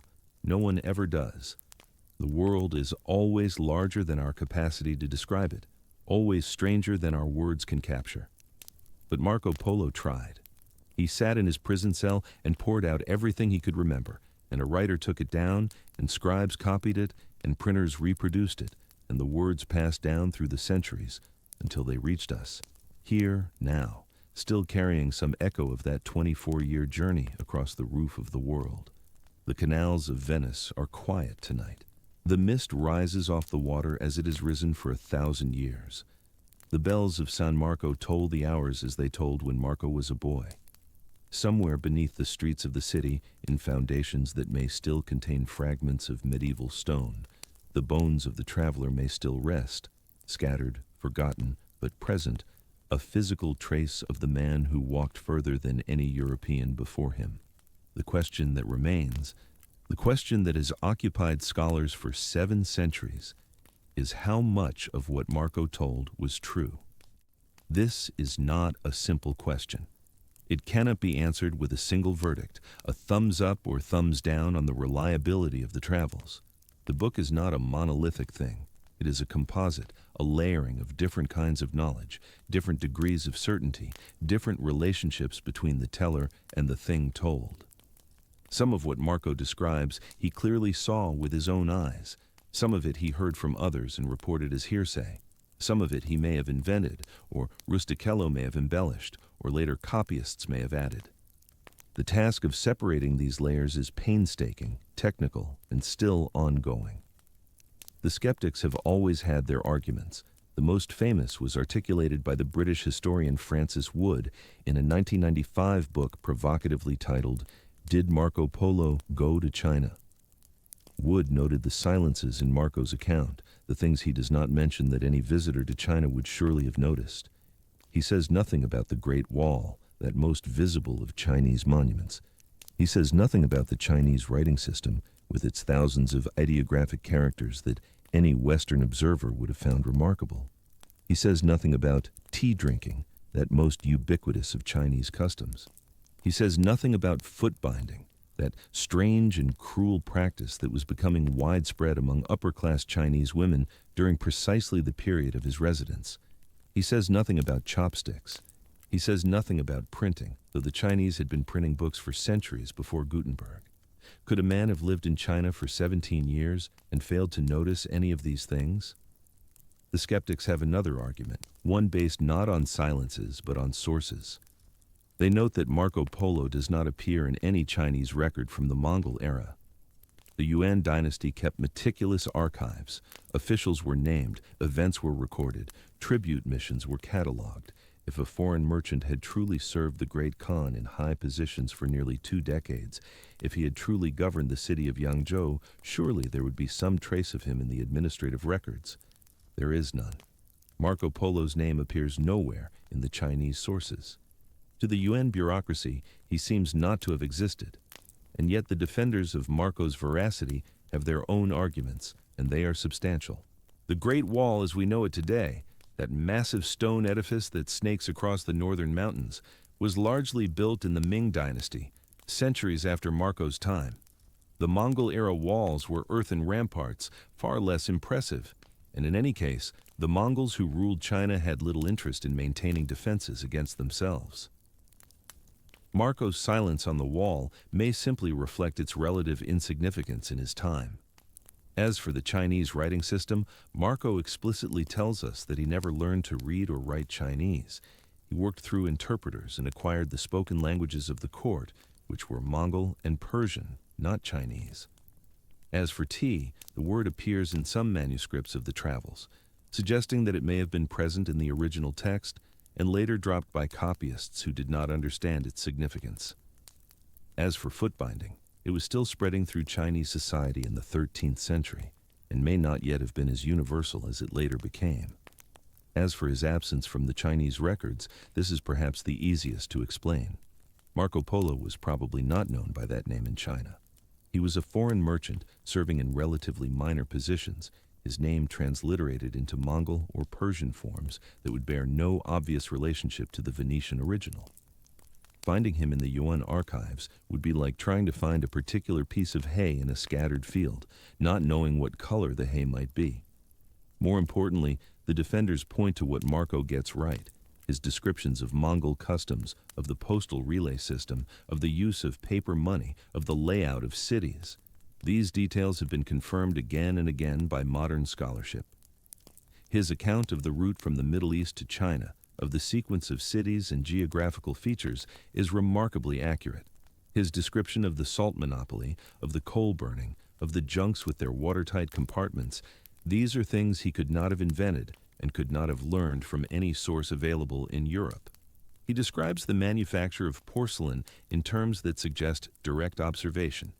He describes the use of asbestos cloth in ways that indicate he saw it being made. He includes small, odd, specific details, the kind of details that no one invents, about the foods people ate, the clothes they wore, the way they arranged their hair. These are not the marks of a fabulist working from his imagination in a Genoese prison cell. These are the marks of a man remembering what he saw. The most reasonable conclusion, the one that most scholars now accept, is that Marco Polo did indeed go to China, did indeed spend many years in the service of the Mongol court, and did indeed see most of what he claims to have seen. But his book is not a straightforward memoir. It is a collaboration between a traveler and a romance writer, filtered through the conventions of medieval storytelling, shaped by what the audience of the time wanted to hear, and corrupted by centuries of copying and interpolation. Some of its errors are Marco's own. Some are Rusticello's additions. Some are the inventions of later scribes who could not resist improving on the original. The Travels is not a pure primary source in the modern sense. It is something messier and more interesting. A medieval book with all the complications that implies. The geography of Marco's journey is worth lingering over, because it reveals something that his contemporaries failed to understand and that even modern readers sometimes miss. The world he traversed was not empty. It was full. The routes he followed were ancient, the cities he visited were thriving, the peoples he encountered were sophisticated. Medieval Europe imagined Asia as a blank space populated by monsters and marvels, a wilderness beyond the edges of the known. Marco showed them something different, a world of commerce and administration, of cities larger than any in Europe, of governments more organized and armies more numerous. He showed them that they were not the center of the world, but a small peninsula on the western edge of a vast continental mass that stretched away to the east for thousands upon thousands of miles. Consider the geography. Marco and his father and uncle left Venice and sailed to Acre on the coast of the Holy Land. From there they traveled inland to Jerusalem to obtain the holy oil, then returned to Acre and began the long march east. They crossed into what is now Turkey, passing through the cities of Armenia, then descended through the mountains into the plains of Mesopotamia. They passed through Tabriz in what is now Iran, one of the great trading cities of the medieval world, a place where caravans from China met merchants from Venice and Cairo and the kingdoms of India. They continued south to the port of Hormuz, on the narrow strait connecting the Persian Gulf to the Indian Ocean. Here, they had planned to take ship for China, sailing down the coast of India and through the Straits of Malacca to the South China Sea. But the ships at Hormuz were flimsy things, their planks sewn together with coconut fiber rather than nailed, and the Polos decided they could not trust their lives to such vessels. So they turned north and east, away from the sea, into the heart of Asia. They climbed into the mountains of Persia, passing through regions that are now part of Iran and Afghanistan. They crossed the high passes of the Hindu Kush, where the air was thin and the cold was bitter. Somewhere in these mountains Marco fell ill, probably with malaria, possibly with altitude sickness, and the party was forced to stop for nearly a year while he recovered. They moved higher still, into the Pamirs, the roof of the world, where the great mountain ranges of Asia converge in a knot of peaks and glaciers. Marco describes the landscape in terms that suggest both awe and fear. The fires would not burn properly at such altitudes. The cold was beyond anything he had experienced. The sheep had horns as long as a man's arm. The sky was a blue so deep it seemed to press down upon them. From the Pamirs they descended into the Tarim Basin, that vast bowl of desert and oasis ringed by some of the highest mountains on earth. They followed the southern edge of the basin, skirting the Taklamakan Desert, one of the most hostile environments on the planet. The Taklamakan is a sea of sand, a place where dunes rise hundreds of feet high, and where the temperature can swing from scorching heat to bitter cold in the space of a single day. Marco describes the strange sounds that the desert made at night, the singing of the sands, the voices that seemed to call from the darkness, luring travelers off the path to their deaths. These were not fancies. The Taklamakan is famous for its acoustic phenomena, for the way the moving sand produces sounds that can seem eerily like human voices. Marco was describing something real. The oasis cities of the Tarim Basin were ancient places, way stations on the Silk Road that had been trading with China and India and Persia for over 1,000 years.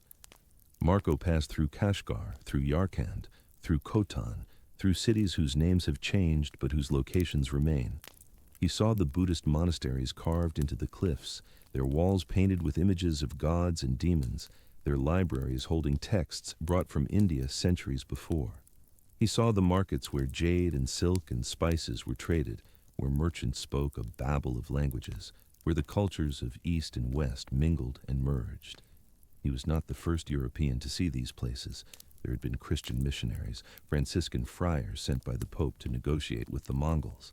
But he was the most observant, and he left the most detailed descriptions. From the Tarim Basin, the Polos crossed the Gobi Desert, that vast expanse of gravel and sand stretching across what is now Mongolia and northern China. The Gobi is not as deadly as the Taklamakan. There is more water, and the terrain is less extreme, but it is still a formidable obstacle, hundreds of miles of emptiness with only scattered wells and nomad encampments to sustain the traveler. Marco describes the journey in terms that suggest both monotony and danger, the long days of riding, the fear of bandits, the relief when at last the caravans reach the edges of the settled lands. And then, sometime in 1275, after 3.5 years on the road, the three Venetians arrived at Chengdu. Chengdu was Kublai Khan's summer capital, a city built in the grasslands north of the Great Wall, a place of palaces and gardens and hunting parks where the Khan spent the hottest months of the year. It was a city of pleasure and display, designed to impress visitors with the wealth and power of the Mongol Empire. Marco describes it with a kind of breathless wonder that still comes through the centuries. The walls, the gardens, the beasts that roamed the parks, the great palace with its gilded pillars and painted ceilings, it was like nothing he had ever seen, like nothing any European had ever seen. This was the Xanadu of Coleridge's poem, the pleasure dome decreed by Kublai Khan, though the real city was both grander and more practical than the opium dream suggests. Kublai Khan himself was 70 years old when Marco met him, a heavy-set man with a broad face and intelligent eyes, the grandson of Genghis Khan and the ruler of the largest contiguous empire in human history. His domains stretched from the Pacific coast of China to the borders of Hungary and Poland, from the frozen plains of Siberia to the steaming jungles of Southeast Asia. He commanded armies of hundreds of thousands, administered populations of tens of millions, and presided over a court where ambassadors from every corner of the known world came to pay their respects. He was probably the most powerful man who had ever lived, and yet he was curious. That is the quality that Marco emphasizes again and again. Kublai's hunger for information, his fascination with foreign lands and foreign customs, his willingness to listen to anyone who could tell him something he did not know. The Mongols had conquered half the world, but they had not sealed themselves off from it. They administered their empire through a patchwork of local officials, allowing conquered peoples to maintain their own religions and customs as long as they paid tribute and supplied soldiers. They employed foreigners in high positions, Muslims, Christians, Buddhists, anyone with useful skills, because they valued competence over ethnicity. Kublai himself was a practitioner of this cosmopolitan pragmatism. He patronized Buddhist monasteries and Confucian scholars and Christian missionaries and Muslim engineers, drawing on whatever each tradition had to offer. Into this world came young Marco Polo, 17 years old when he left Venice, in his early 20s by the time he reached Chengdu. He was quick, observant, and gifted with languages. He learned Mongol and Persian, the languages of the court. He learned to watch and to remember, to note the details that would later fill the pages of his book. And somehow, for reasons that the sources do not fully explain, Kublai took a liking to him. The nature of Marco's service to the Khan is difficult to pin down with precision. He claims that he was sent on diplomatic missions throughout the empire, that he served as a kind of roving inspector, reporting back to the Khan on conditions in distant provinces. He claims that he governed the city of Yangzhou for 3 years, though this has been challenged by scholars who point out that governing a major Chinese city would surely have left some trace in the administrative records. Perhaps he was a minor official whose responsibilities have been inflated in the telling. Perhaps he was a merchant who traveled on his own business and reported his observations to the court when he returned. Perhaps he was something in between, a useful foreigner who could be sent to places where his outsider status was an advantage rather than a hindrance. What is clear is that he traveled widely. The travels contains descriptions of places spread across the entire breadth of the Mongol Empire. Descriptions that could only have come from someone who had been there or who had spoken at length with people who had. He describes the cities of the Yangtze Valley, that vast rice-growing heartland where the rivers wind between green hills and the canals thread between flooded paddies. He describes Hangzhou, the former capital of the southern Song dynasty, which had fallen to the Mongols only a few years before Marco's arrival. Hangzhou was one of the largest cities in the world, a place of perhaps 1 million inhabitants, with a great lake at its center and markets that stretched for miles. Marco calls it Qinsai, an approximation of its Chinese name, and he describes it in terms that border on the ecstatic. The bridges, the palaces, the pleasure boats, the courtesans, the silks and porcelains for sale in every street. It was a vision of urban civilization that made Venice seem provincial. He describes the use of coal, which he calls black stones, that burn like logs, and which the Chinese dug from the earth in quantities sufficient to heat the baths and warm the houses of an entire nation. Europeans knew of coal. It was mined in small quantities in England and elsewhere, but they had never seen it used on such a scale as the primary fuel for an entire civilization. He describes paper money, those slips of mulberry bark that the imperial treasury issued and that the people accepted as if they were gold or silver, a concept so alien to medieval Europe that many of his readers assumed he was simply lying. He describes the postal relay system, that network of stations and messengers by which Kublai could send orders to the farthest corners of his empire and receive replies in a matter of days. He describes the great ships that sailed the South China Sea, vessels far larger and more seaworthy than anything built in European shipyards, with multiple masts and watertight compartments and crews of hundreds. These descriptions were not believed. That is perhaps the most remarkable thing about Marco Polo's reception in his own time. He returned to a Europe that simply could not accept what he had to tell. The scales were wrong, the numbers were wrong, the entire picture of the world was wrong. A city with 12,000 bridges, a postal system with 10,000 stations, ships with 4 masts and crews of 300? Impossible. Ridiculous. The man was a liar or a fool or both, and yet he was telling the truth, or something very close to it. Modern scholarship has confirmed most of his major claims. Hangzhou really was one of the largest cities in the world. The Chinese really did use paper money on a vast scale. The postal system really did stretch across the entire empire. The ships really were that large. Chinese junks of the Song and Yuan dynasties were among the most sophisticated vessels of the medieval world, and their design would not be matched in Europe for centuries. Marco Polo was not lying. He was describing a world that his listeners were not prepared to imagine. This is the tragedy at the heart of his story, if tragedy is the right word for it. He saw more than any European before him. He recorded what he saw with remarkable precision.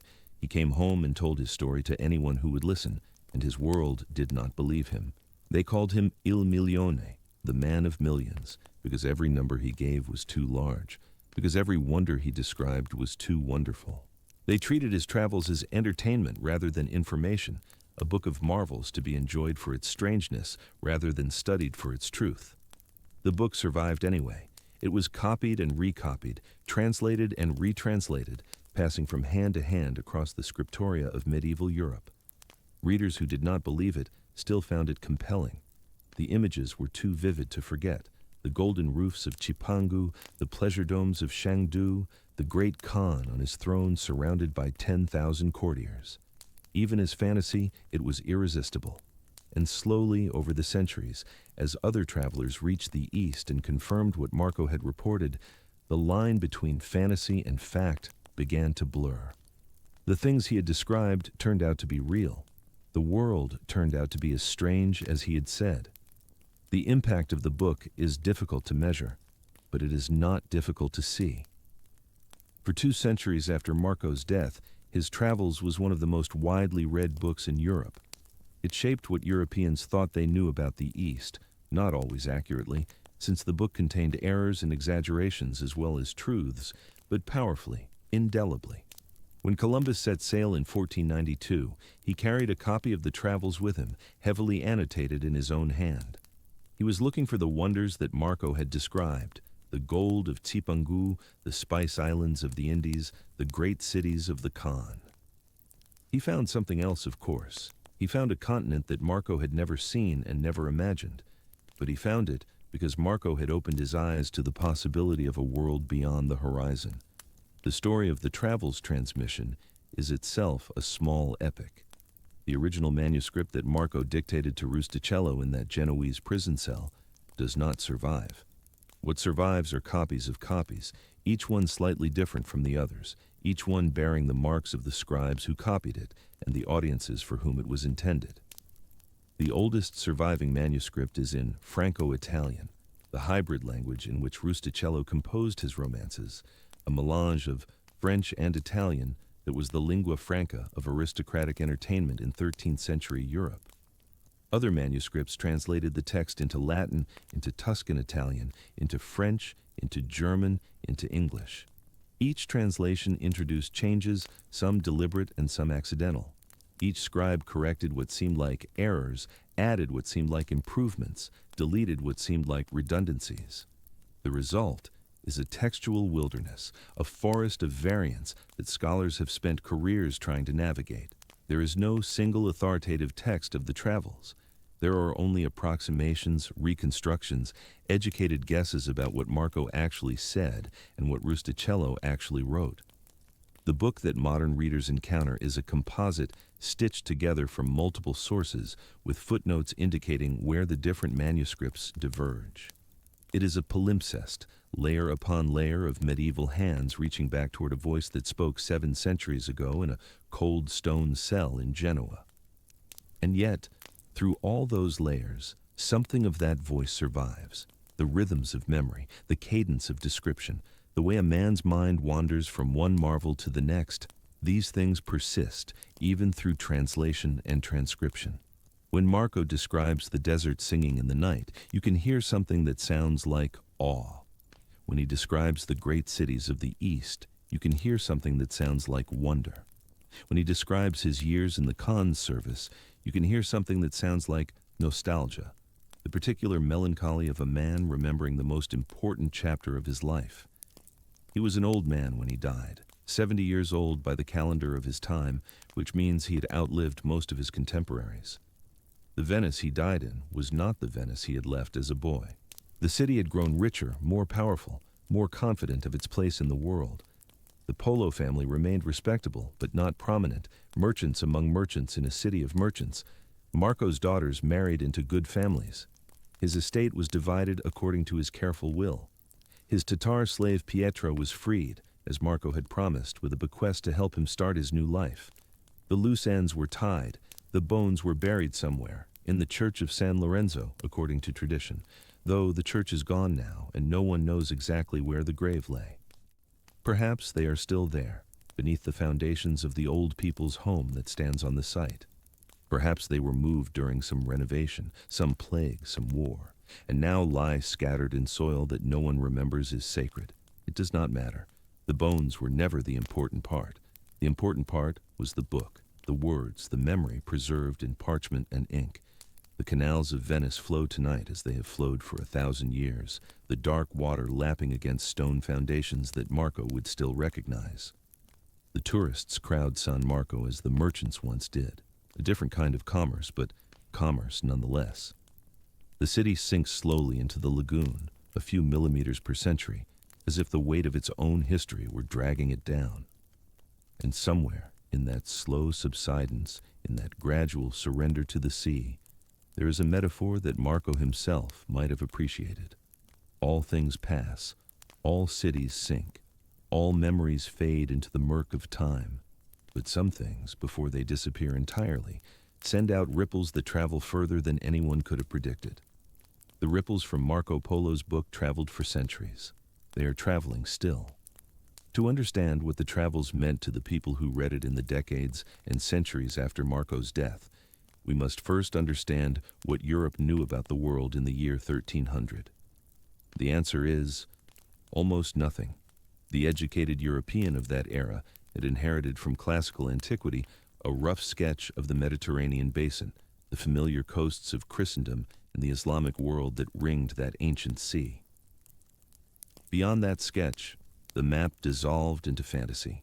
To the south lay Africa, known only along its northern coast, fading somewhere below the Sahara into a realm of monsters and marvels. To the east lay Persia, known vaguely from the wars of Alexander the Great, and beyond Persia lay India, a place of elephants and spices and philosophical gymnosophists who could sit unblinking in the desert sun. Beyond India lay nothing at all, or rather, nothing that could be mapped, only stories and rumors and the accumulated fabulations of 1,000 years. The medieval European imagination filled this void with wonders. There was Prester John, the legendary Christian king who ruled somewhere in the east, perhaps in India or perhaps in Africa, a potential ally against Islam if only he could be found and contacted. There was the realm of Gog and Magog, the monstrous nations whom Alexander had supposedly imprisoned behind great iron gates in the mountains of the Caucasus, and who would burst forth at the end of days to ravage the world. There were the Amazons, the warrior women of ancient myth, relocated now to some uncertain eastern location. There were the cynocephali, the dog-headed men, and the cyapods who hopped on a single enormous foot, and the blemii, who had no heads at all but wore their faces on their chests. These were not metaphors or jokes. They appeared in serious geographical treatises. They were depicted in the margins of serious maps. The educated European believed, or half-believed, that somewhere beyond the limits of his knowledge, these creatures actually existed. Into this dream of monsters and marvels, Marco Polo's book landed like a stone. It was strange, certainly. It described things that seemed impossible to European readers, cities of unimaginable size, technologies that seemed like magic, customs that seemed barbaric or incomprehensible. But it was strange in a different way than the old monster books. It was strange in the manner of actual experience, not in the manner of accumulated legend. The details were too specific, too practical, too obviously the observations of a man who had actually been there and done business there.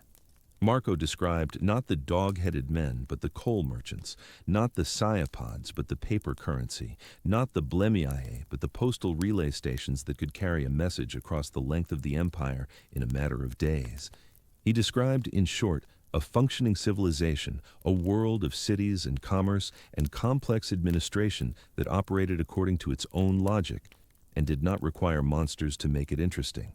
This was both thrilling and unsettling. It was thrilling because it suggested that the world was larger and richer than anyone had imagined, that out there beyond the edge of the map lay not chaos but order, not wilderness but wealth. It was unsettling for exactly the same reason. If the Mongol Empire was real, if China was real, if all those cities and roads and ships and merchants were real, then the European world suddenly seemed smaller than it had before, a provincial corner of a much larger whole.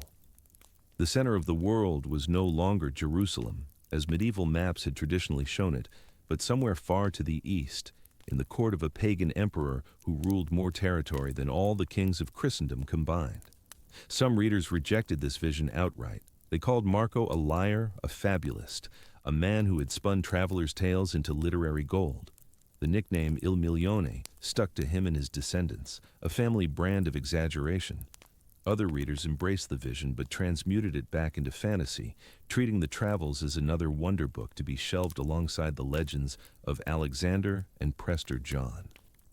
They added to the text in some manuscripts passages about miracles and marvels that Marco had never claimed to see. They illustrated the book with the same menagerie of monsters that decorated their other geographical texts, putting dog-headed men and blemii into the margins of pages that described perfectly mundane Chinese cities. The reality Marco had tried to communicate was too difficult to hold on to. It kept slipping back into dream.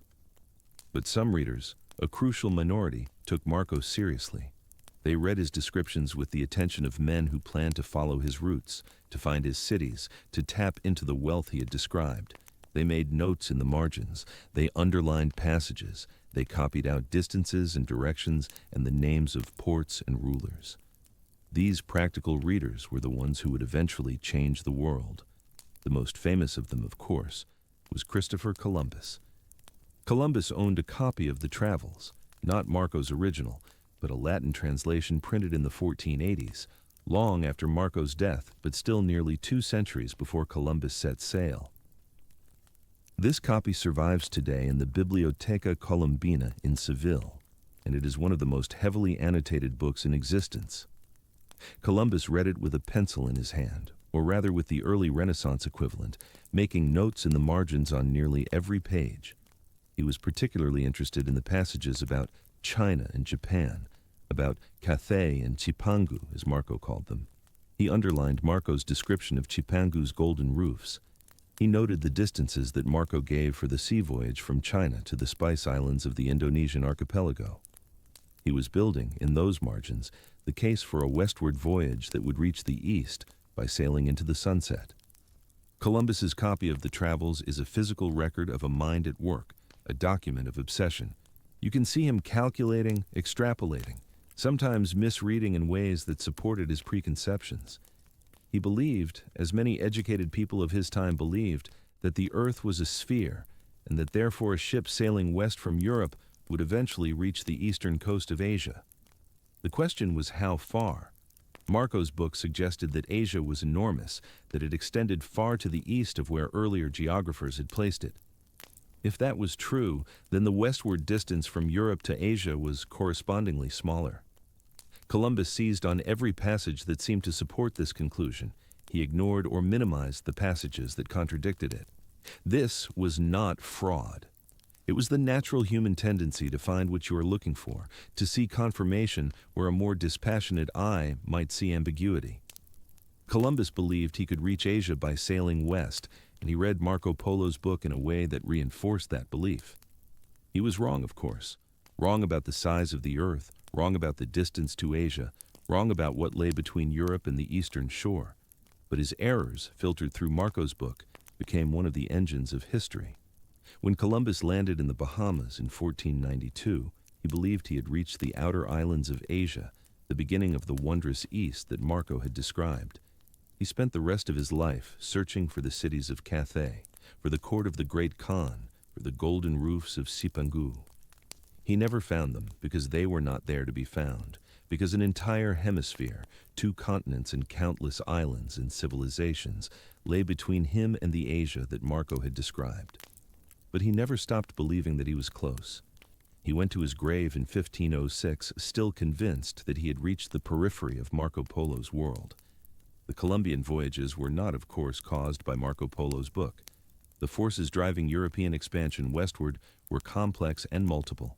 The growing demand for spices and luxury goods, the Ottoman conquest of Constantinople in 1453, which disrupted the traditional eastern trade routes, the development of new ship designs and navigational techniques, the competitive ambitions of the Portuguese and Spanish crowns.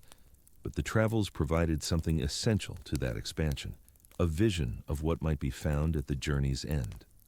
It gave European sailors a destination, a purpose, a dream of wealth and wonder that made the risks seem worthwhile.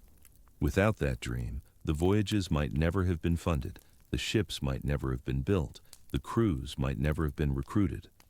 Marco's book was not the only factor, but it was a necessary one. It supplied the imagination that made the enterprise conceivable. This is what the book meant to the age of exploration. Not a map exactly, but a kind of mental magnet, drawing the ambitions of European navigators eastward, even as their ships sailed west. When Vasco da Gama rounded the Cape of Good Hope in 1498 and reached India by sea, he was fulfilling, in a sense, the promise that Marco had made 2 centuries earlier.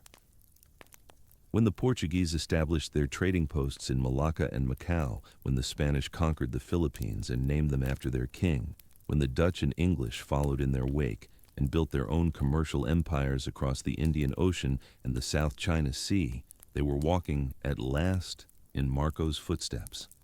The world he had described was real. The wealth he had promised was there to be seized, and seized it was, with all the violence and exploitation that would follow. But we are moving too fast. We are leaping across centuries to trace the consequences of a book when the book itself still demands our attention.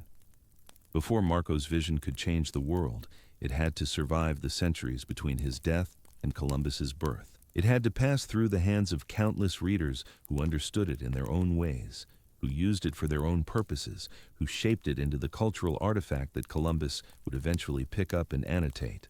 That process of transmission, the long life of the travels in the European imagination, is itself a story worth telling. In the decades immediately following Marco's death, the Travels was read primarily as entertainment, a romance of the East to be enjoyed alongside the romances of King Arthur and Charlemagne. Rustichello, after all, was a professional romancer, and he had shaped Marco's recollections into the narrative patterns of his craft. The book had the pacing and the marvels of a romance, even if its content was factual. Aristocratic readers enjoyed it for the same reasons they enjoyed the tales of knights and dragons. It transported them to a world of wonders, a world more colorful and exciting than their own. The question of whether that world was real or imaginary was, for these readers, largely beside the point. The pleasure was in the journey. But even in this early period, some readers approached the Travels with more serious intent. The merchants of Venice and Genoa, the trading cities that had spawned Marco, read his descriptions of Eastern markets with professional attention. They noted his accounts of silk and spices, of porcelain and paper, of the commercial networks that connected the great cities of the Mongol Empire. They could not follow his routes themselves. The overland passage to China was too dangerous and too long for ordinary merchants, but they could use his information to understand the eastern end of the trade networks in which they operated. When a shipment of pepper or cinnamon arrived in Alexandria or Constantinople, they knew a little more about where it had come from and what markups it had accumulated along the way. Marco's book was, for these readers, a kind of market intelligence. The missionaries were another class of serious readers. The Catholic Church in the 13th and 14th centuries was engaged in an ambitious, if ultimately unsuccessful, effort to convert the Mongol Empire to Christianity. Franciscan and Dominican friars traveled the overland routes to China, establishing missions and bishoprics in the great cities of the East. Some of these missionaries had read Marco's book before they set out, and they used his descriptions to orient themselves in the strange world they encountered. They confirmed some of his observations and contradicted others. They added their own accounts to the growing European literature on the East, accounts that sometimes cited Marco as an authority and sometimes competed with him for credibility. The most famous of these missionary travelers, John of Montecorvino, arrived in China in 1294, just a year before Marco returned to Venice, and spent the rest of his life there, building churches and making converts until his death in 1328. John never met Marco, as far as we know, but he walked the same roads and saw the same cities, and his letters home provided independent confirmation that Marco's impossible world was real. The humanists of the 15th century, the scholars of the Italian Renaissance, approached the travels with a different kind of interest. They were engaged in a great project of recovering and editing the classical texts of Greece and Rome, and they brought to Marco's book the same critical attention they brought to Pliny and Ptolemy. They compared his geography to the classical authorities. They noted where he contradicted the ancients and where he confirmed them. They began the scholarly tradition of treating the travels as a historical document to be interrogated rather than a romance to be enjoyed. This tradition would eventually produce the modern critical editions, the footnotes comparing Marco's text to Chinese and Persian sources, the careful reconstruction of his roots and dates. But in its 15th century beginnings, it was simply one more way of reading, one more purpose the book could serve. By the time Columbus picked up his copy, the travels had already lived several lives. It had been romance and intelligence, missionary handbook and scholarly source. It had been copied and translated and illustrated and annotated by hands across Europe. It had been believed and disbelieved, celebrated and mocked. It had passed through the imaginations of thousands of readers, each one leaving their mark on it, each one shaping the way it would be understood by those who came after. The book that Columbus read was not quite the book that Marco had dictated in his prison cell. It was the book that 2 centuries of reading had made it, encrusted with interpretations and expectations like barnacles on a ship's hull.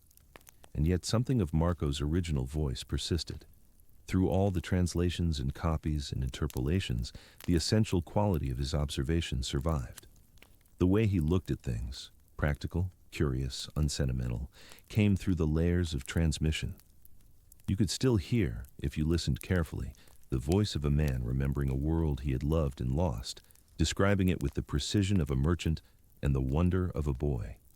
That voice is what made the book endure. That voice is what made Columbus underline his passages and dream of westward voyages. That voice is what speaks to us still, across 7 centuries of distance, when we open a modern edition of the Travels and begin to read. But we must pause here to acknowledge what the Travels does not say, the silences that are as significant as the speech. Marco Polo was a Venetian merchant of the 13th century, and he saw the East through Venetian merchant eyes.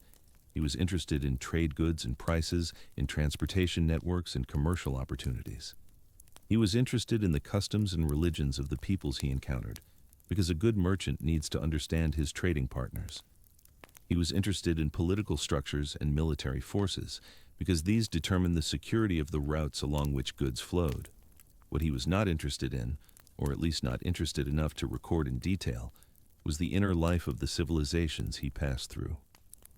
He described the external forms of Chinese society, the cities, the markets, the ceremonies, the technologies, but he did not describe its literature, its philosophy, its art.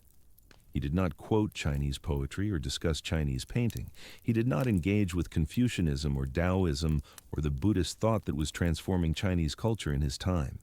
He was, in a sense, a tourist, albeit a tourist who stayed for 17 years. He saw what a tourist sees: surfaces, spectacles, things that could be bought and sold and measured. This limitation has consequences for how we should understand the Travels. Marco's China is not the China of the song poets or the Yuan dramatists. It is not the China of the landscape painters or the philosophical hermits. It is a China seen from outside, from the perspective of a foreigner who served a foreign dynasty of conquerors, who moved through the empire as an agent of the Mongol administration, rather than as a participant in Chinese culture. Marco learned languages, but there is no evidence that he learned to read Chinese characters. He observed rituals, but there is no evidence that he understood their meaning. He was, in the deepest sense, illiterate in the civilization he spent 17 years traversing. His account is valuable precisely because it is an outsider's account, a record of what a sharp-eyed foreign observer could see and understand. But it is not a guide to what China was really like, in the sense that a Chinese observer would have understood it. The same limitation applies in different ways to Marco's descriptions of the other peoples he encountered. He spent months among the Buddhist monasteries of the Central Asian oases. He saw the cave temples with their painted ceilings, the monks in their saffron robes, the great stone Buddhas staring out across the desert.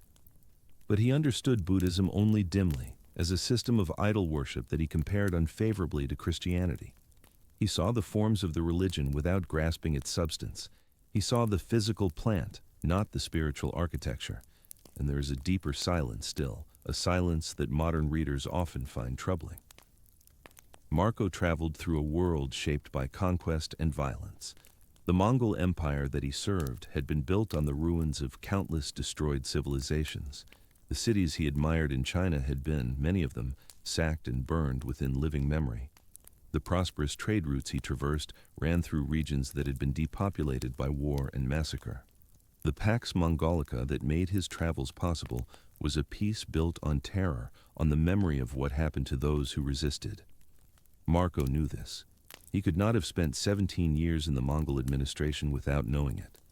But he did not dwell on it. He mentioned the conquests in passing as historical facts, without expressing moral judgment or emotional response. He did not describe the massacres. He did not count the dead. He did not ask what right the Mongols had to rule the peoples they had subjugated. This silence is not unique to Marco.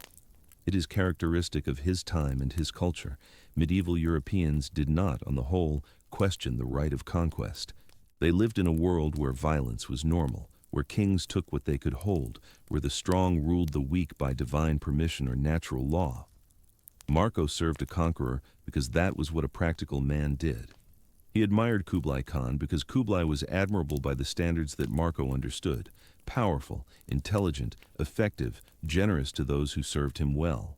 That Kublai's power rested on the bones of millions was a fact, but it was not the kind of fact that Marco's culture had taught him to weigh in the moral balance.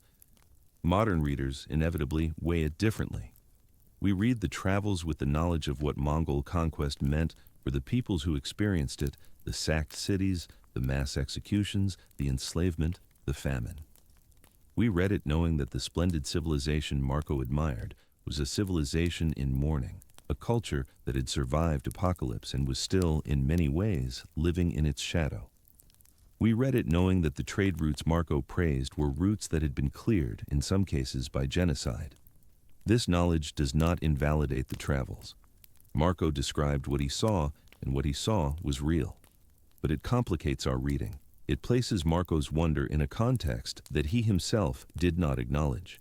It asks us to hold in mind, while reading his marvels, the suffering that made them possible. This is not to condemn Marco Polo. He was a man of his time, with his time's limitations. He did not invent the Mongol Empire. He merely observed it. He did not cause the conquests. He merely profited from their aftermath. To judge him by standards he could not have known is an exercise in anachronism. But we can, while acknowledging his limitations, refuse to share them. We can read his descriptions of the magnificent court of Kublai Khan while remembering the Chinese scholars who mourned the fall of the Song dynasty, who saw the Mongol rule as a catastrophe rather than a golden age. We can admire the postal relays and the paper money while remembering the peasants who labored under a foreign yoke. We can appreciate Marco's sharp eye and retentive memory while recognizing that his eye did not see, or his memory did not preserve, everything that happened in the world he traveled through. The Travels, in other words, is a partial document, partial in both senses of the word. It is incomplete, covering some subjects in depth and others not at all. And it is partial in the sense of biased, seeing the world from a particular perspective that excluded other perspectives. This is true of all historical documents. It is true in different ways of all human perception. We see what our circumstances allow us to see and what our purposes require us to see. Marco saw the East through Venetian merchant eyes because that was what he was, and he could not be anything else. His book is not the whole truth about the 13th century world. It is one man's truth, valuable and limited, to be read alongside other truths from other perspectives if we want to understand the past in anything like its full complexity. The wind off the Adriatic tonight carries the same salt it carried 700 years ago. The water slaps against the same foundations, a little lower now, a little more precarious. In the churches of Venice, the mosaics still glitter in their golden fields, the saints and angels that Marco would have known, that would have watched over his baptism and his funeral mass. The tourists pass beneath them without looking up, their eyes on their phones, carrying in their pockets more computing power than existed in the entire 13th century world. Marco could not have imagined this future any more than his contemporaries could have imagined his East. He could not have imagined the printing press that would multiply his words beyond counting, the ships that would cross the oceans he had never sailed, the empires that would rise and fall in the lands he had described. He could not have imagined that his prison cell dictation would still be read, still be debated, still be loved and criticized 7 centuries after his death. He was simply a man telling his story to another man, trying to preserve what he had seen before. Memory faded, and death took it all away. And yet, the story persisted. The words survived. The travels passed from hand to hand across the centuries, from Rustichello's hybrid Franco-Italian to the Latin translations, to the printed editions, to the scholarly apparatus, to the paperback copies you can buy today in any bookstore. Each transmission lost something and added something. Each reader understood differently, according to their needs and their times. The book that Columbus read was not the book that Marco dictated. The book we read today is not the book that Columbus read. And yet, through all those changes, something persists. A voice, a vision, a way of looking at a very large world with wonder and practicality in equal measure. That persistence is itself a kind of marvel, as remarkable in its way as any of the wonders Marco described. A voice from the past reaching across 7 centuries of static, still audible if you listen carefully.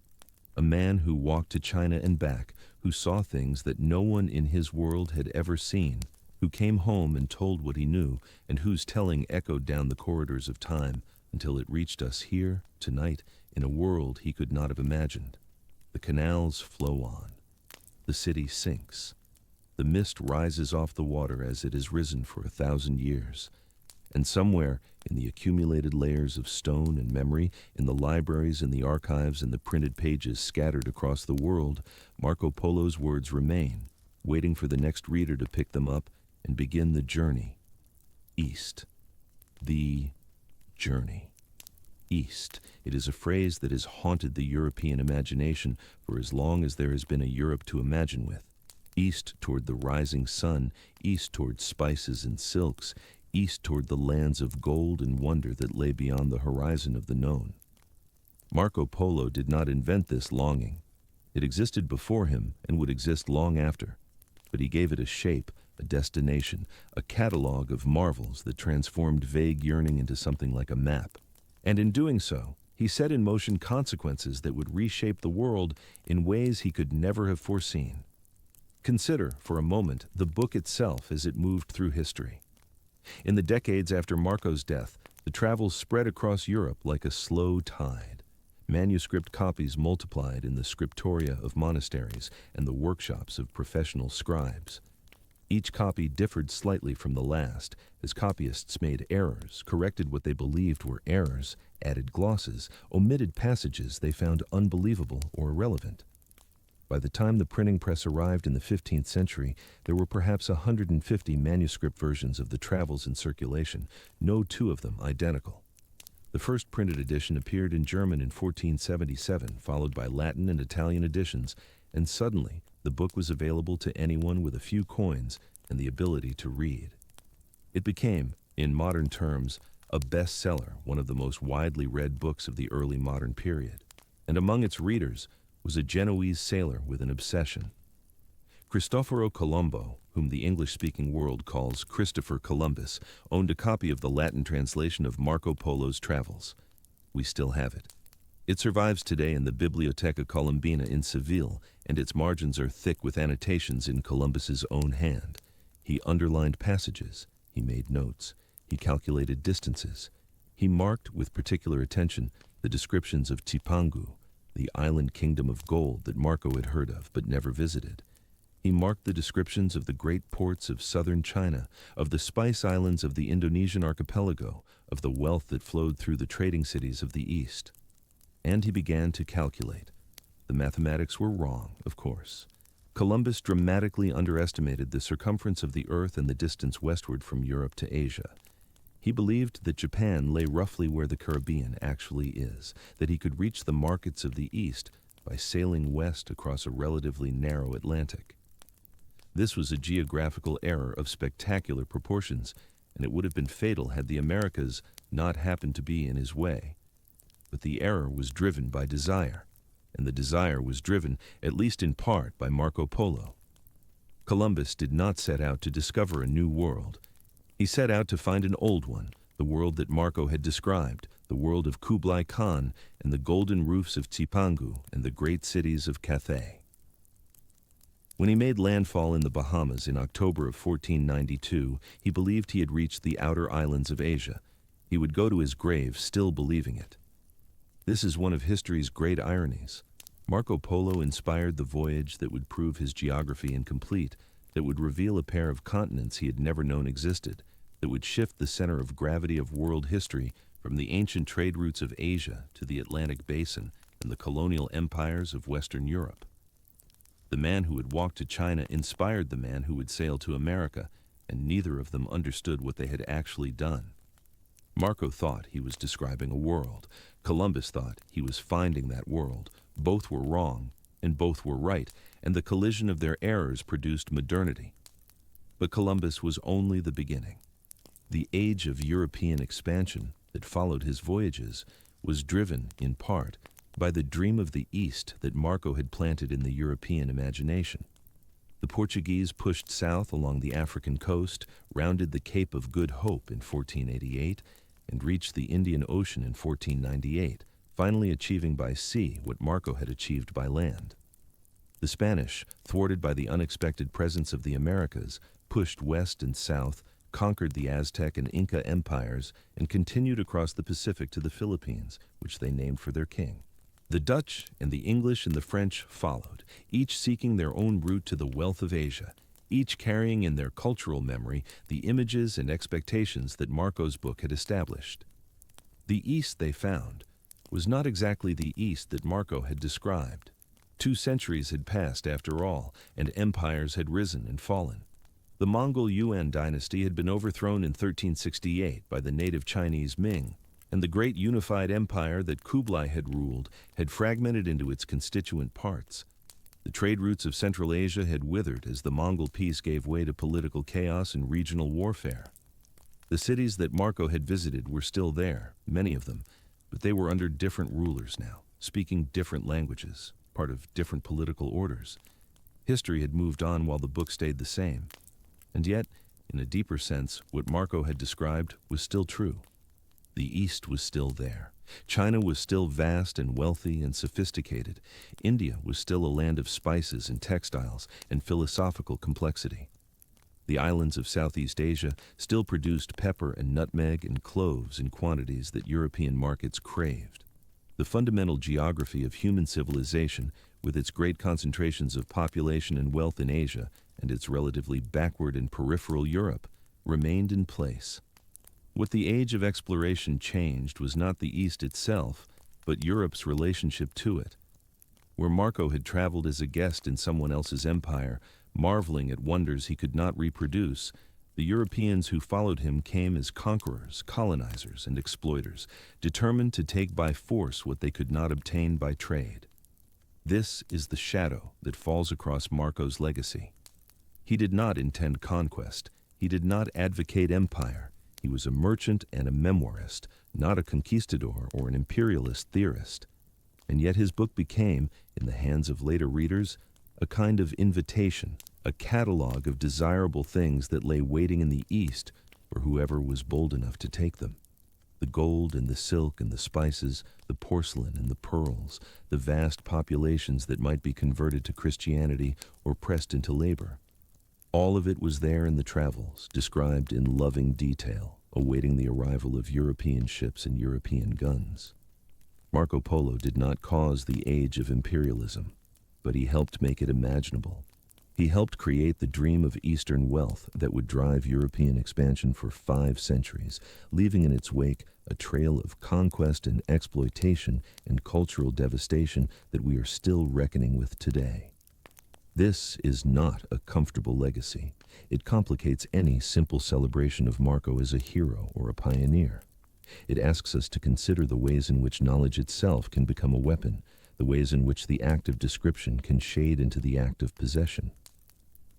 Marco looked at the east and saw wonders. The Europeans who followed him looked at the same wonders and saw resources to be extracted, peoples to be subjugated, territories to be claimed. Something was lost in that transformation, some quality of wonder and respect that Marco, for all his mercantile practicality, seems genuinely to have felt. He admired Kublai Khan. He was awed by the civilization he encountered. He never suggested that Europeans had any right to rule over it. But his book, abstracted from his intentions, became part of the apparatus of empire nonetheless. We cannot undo this history. We cannot read Marco Polo innocently, as if the centuries that followed his book did not happen. But we can read him carefully, attending to what he actually said as distinct from what later readers made of his words. We can notice the moments of genuine admiration, the passages where he describes Chinese or Mongol or Persian achievements without any suggestion that Europeans could do better. We can notice the absences, too, the lack of any civilizing mission, any Christian triumphalism, any assumption that the West had something to teach the East rather than learn from it. Marco was not a herald of empire. He was a traveler and a witness. And if his testimony was later used for purposes he did not intend, that's a burden we must place on those who misused it, not on Marco himself. Still, the question lingers. What did it mean in the end that he went? What did it mean that he came back and told what he had seen? What would have been different if he had stayed home in Venice, if Niccolò and Maffeo had never made their first journey, if the travels had never been written? Perhaps nothing. Perhaps the forces that drove European expansion were so powerful, so deeply rooted in demography and economics and technology and religion, that the age of exploration would have happened regardless, with or without Marco Polo's inspiration. Perhaps Columbus would have sailed west anyway, driven by other maps and other dreams. Perhaps the Portuguese would have rounded Africa and reached India without any book to guide them. Perhaps the conquest of the Americas and the colonization of Asia and Africa would have proceeded on exactly the same course, the same brutality and the same wealth extraction and the same long, slow catastrophe for the peoples who happened to live in the places that Europeans wanted. Perhaps Marco Polo was in effect not a cause, a symptom of European curiosity rather than a driver of it. But we cannot know this. We cannot run the experiment again with Marco subtracted from history. We can only say that he was there, that he saw what he saw, that he told what he told, and that his telling mattered. It mattered to Columbus. It mattered to the geographers and merchants and explorers who followed. It mattered to the countless readers who picked up the travels over 7 centuries and found in it a vision of a wider world. Whether that vision was ultimately beneficial or harmful, whether it opened horizons or initiated catastrophes, we cannot say with any certainty. History does not offer that kind of moral clarity. It offers only the tangled skein of cause and effect, of intention and consequence, of men and women making choices in the dark and producing outcomes they could not foresee. Marco made his choice. He chose to go. He chose to see. He chose to return and remember and tell. These were acts of courage and curiosity, of endurance and observation, and they deserve to be honored as such. The uses that later ages made of his book were not his responsibility. He gave what he had, his eyes, his memory, his words, and the world took them and did with them what it would. The sun rises over Venice this morning, as it has risen for 1,000 mornings before. The light catches the domes of San Marco, gilds the water of the lagoon, picks out the faded colors of the palazzi along the Grand Canal. The tourists are already stirring, checking out of their hotels, lining up for the vaporetto to the airport, carrying their luggage over the bridges they will photograph but not remember. The city persists, improbably, built on wooden pilings driven into the mud centuries ago, sinking a few millimeters every year, flooded more often with each passing decade, its future as uncertain as any city's has ever been. Somewhere in this maze of canals and alleys, there's a church called San Lorenzo, and in that church, or what remains of it, Marco Polo was buried nearly 700 years ago. The exact location of his grave has been lost. The church was heavily reconstructed in later centuries, and whatever marker once identified his resting place has long since disappeared. There is no tomb to visit, no monument to photograph. He lies somewhere beneath the stones, anonymous and unmarked, as forgotten in death as he was famous in life. The city that raised him has absorbed him back into itself. One more layer of sediment beneath the foundations, one more set of bones in the soil that is really water, that is really silt, carried down from the Alps over millennia, and deposited in this shallow corner of the Adriatic Sea. And yet he is not forgotten. Not really. Not as long as the travel survives, as long as scholars parse his words and travelers follow his routes, as long as readers pick up the book and let themselves be carried eastward in imagination to the courts of the great Khan. Memory is a strange thing. It persists in ways that stone and bone do not. Marco's body has returned to the earth, but his words remain, copied and printed and digitized and translated, available to anyone who wants them, waiting in libraries and bookstores and on glowing screens around the world. He achieved a kind of immortality without seeking it, simply by telling what he had seen. What had he seen? A world larger than Europe had imagined, a civilization more sophisticated than Europe was ready to accept, an empire that stretched across the entire breadth of Asia, administered by a system of roads and relays and bureaucratic procedures that European states would not match for centuries. He had seen paper money and coal burning and porcelain manufacture and gunpowder and a postal system that could carry a message from one end of the continent to the other in days rather than months. He had seen cities of canals and bridges that made Venice look like a village. He had seen the vast machinery of Mongol power, the army that had conquered half the known world, the court that received ambassadors from every direction of the compass. He had seen what Europe could become if it organized itself, if it learned what Asia already knew. Whether Europe learned those lessons from Marco Polo or from other sources, or whether it figured them out on its own, is impossible to say. The centuries that followed his death saw Europe transform itself, slowly and then rapidly, from a backward peninsula on the edge of the civilized world into the center of global power. The technologies that Marco had observed in China, printing, gunpowder, the compass, all became European technologies too, whether through transmission along the trade routes or through independent invention. The bureaucratic state, the standing army, the global trading network, all of these emerged in Europe between the 14th century and the 18th, transforming a collection of feudal kingdoms into a set of modern nation-states capable of projecting power across oceans. Was Marco part of this transformation? Did his travels contribute to the intellectual ferment that produced the Renaissance and the Reformation and the scientific revolution?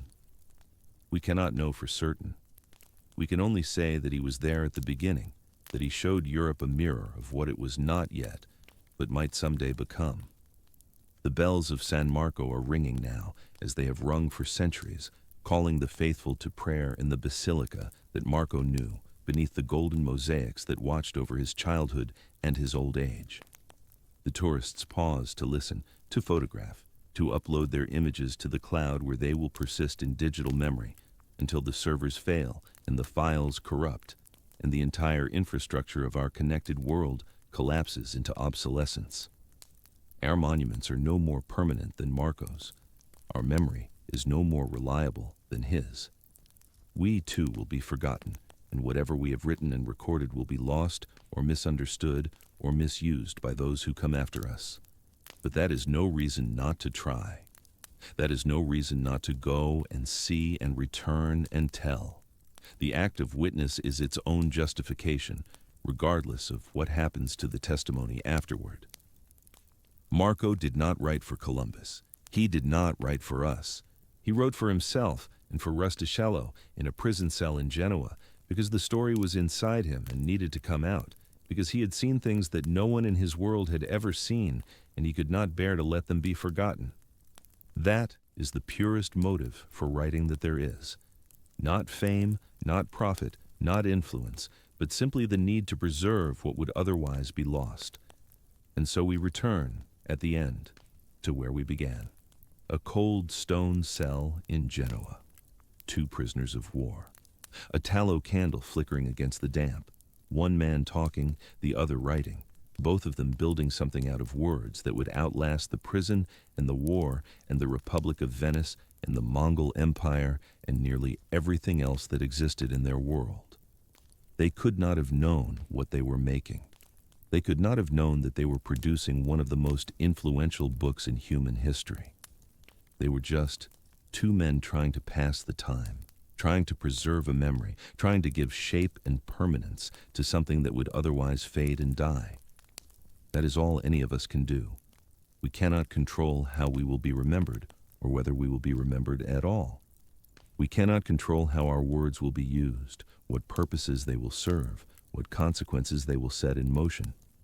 We can only do what Marco did. Look closely. Pay attention. Remember what we see.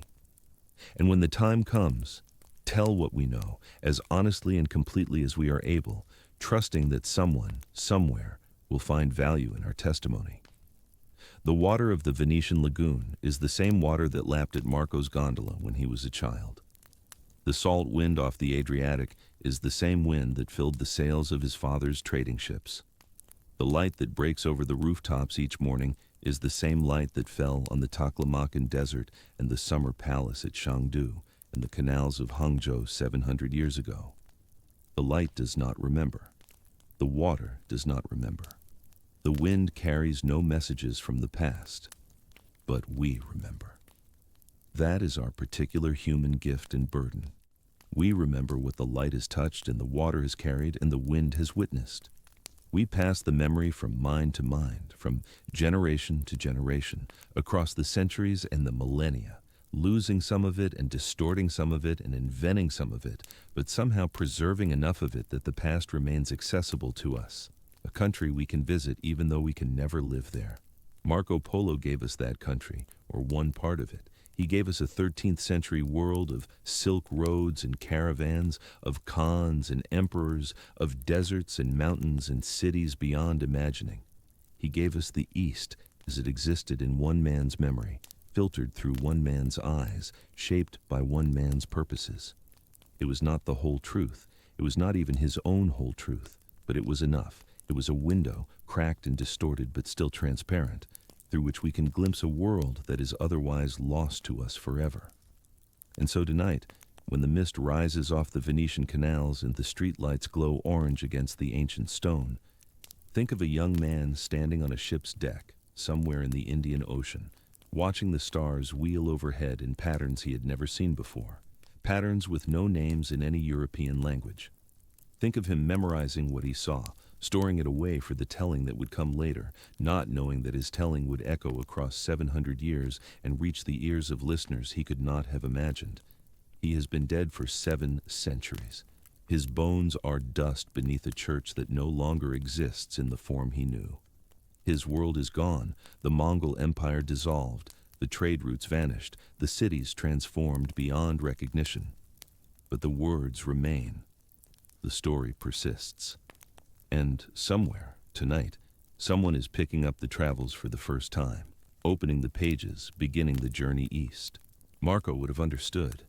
That is why he told the story in the first place, not for the fame or the fortune or the vindication of the doubters, simply because the world was large and strange and beautiful, and he had been lucky enough to see it, and he wanted someone else to see it too. The candle gutters in the Genoese cell. The pen scratches across the parchment. The words take shape, imperfect and immortal, carrying their cargo of wonder across the centuries to us. A man walked to China and back. He told what he saw, and we are still listening.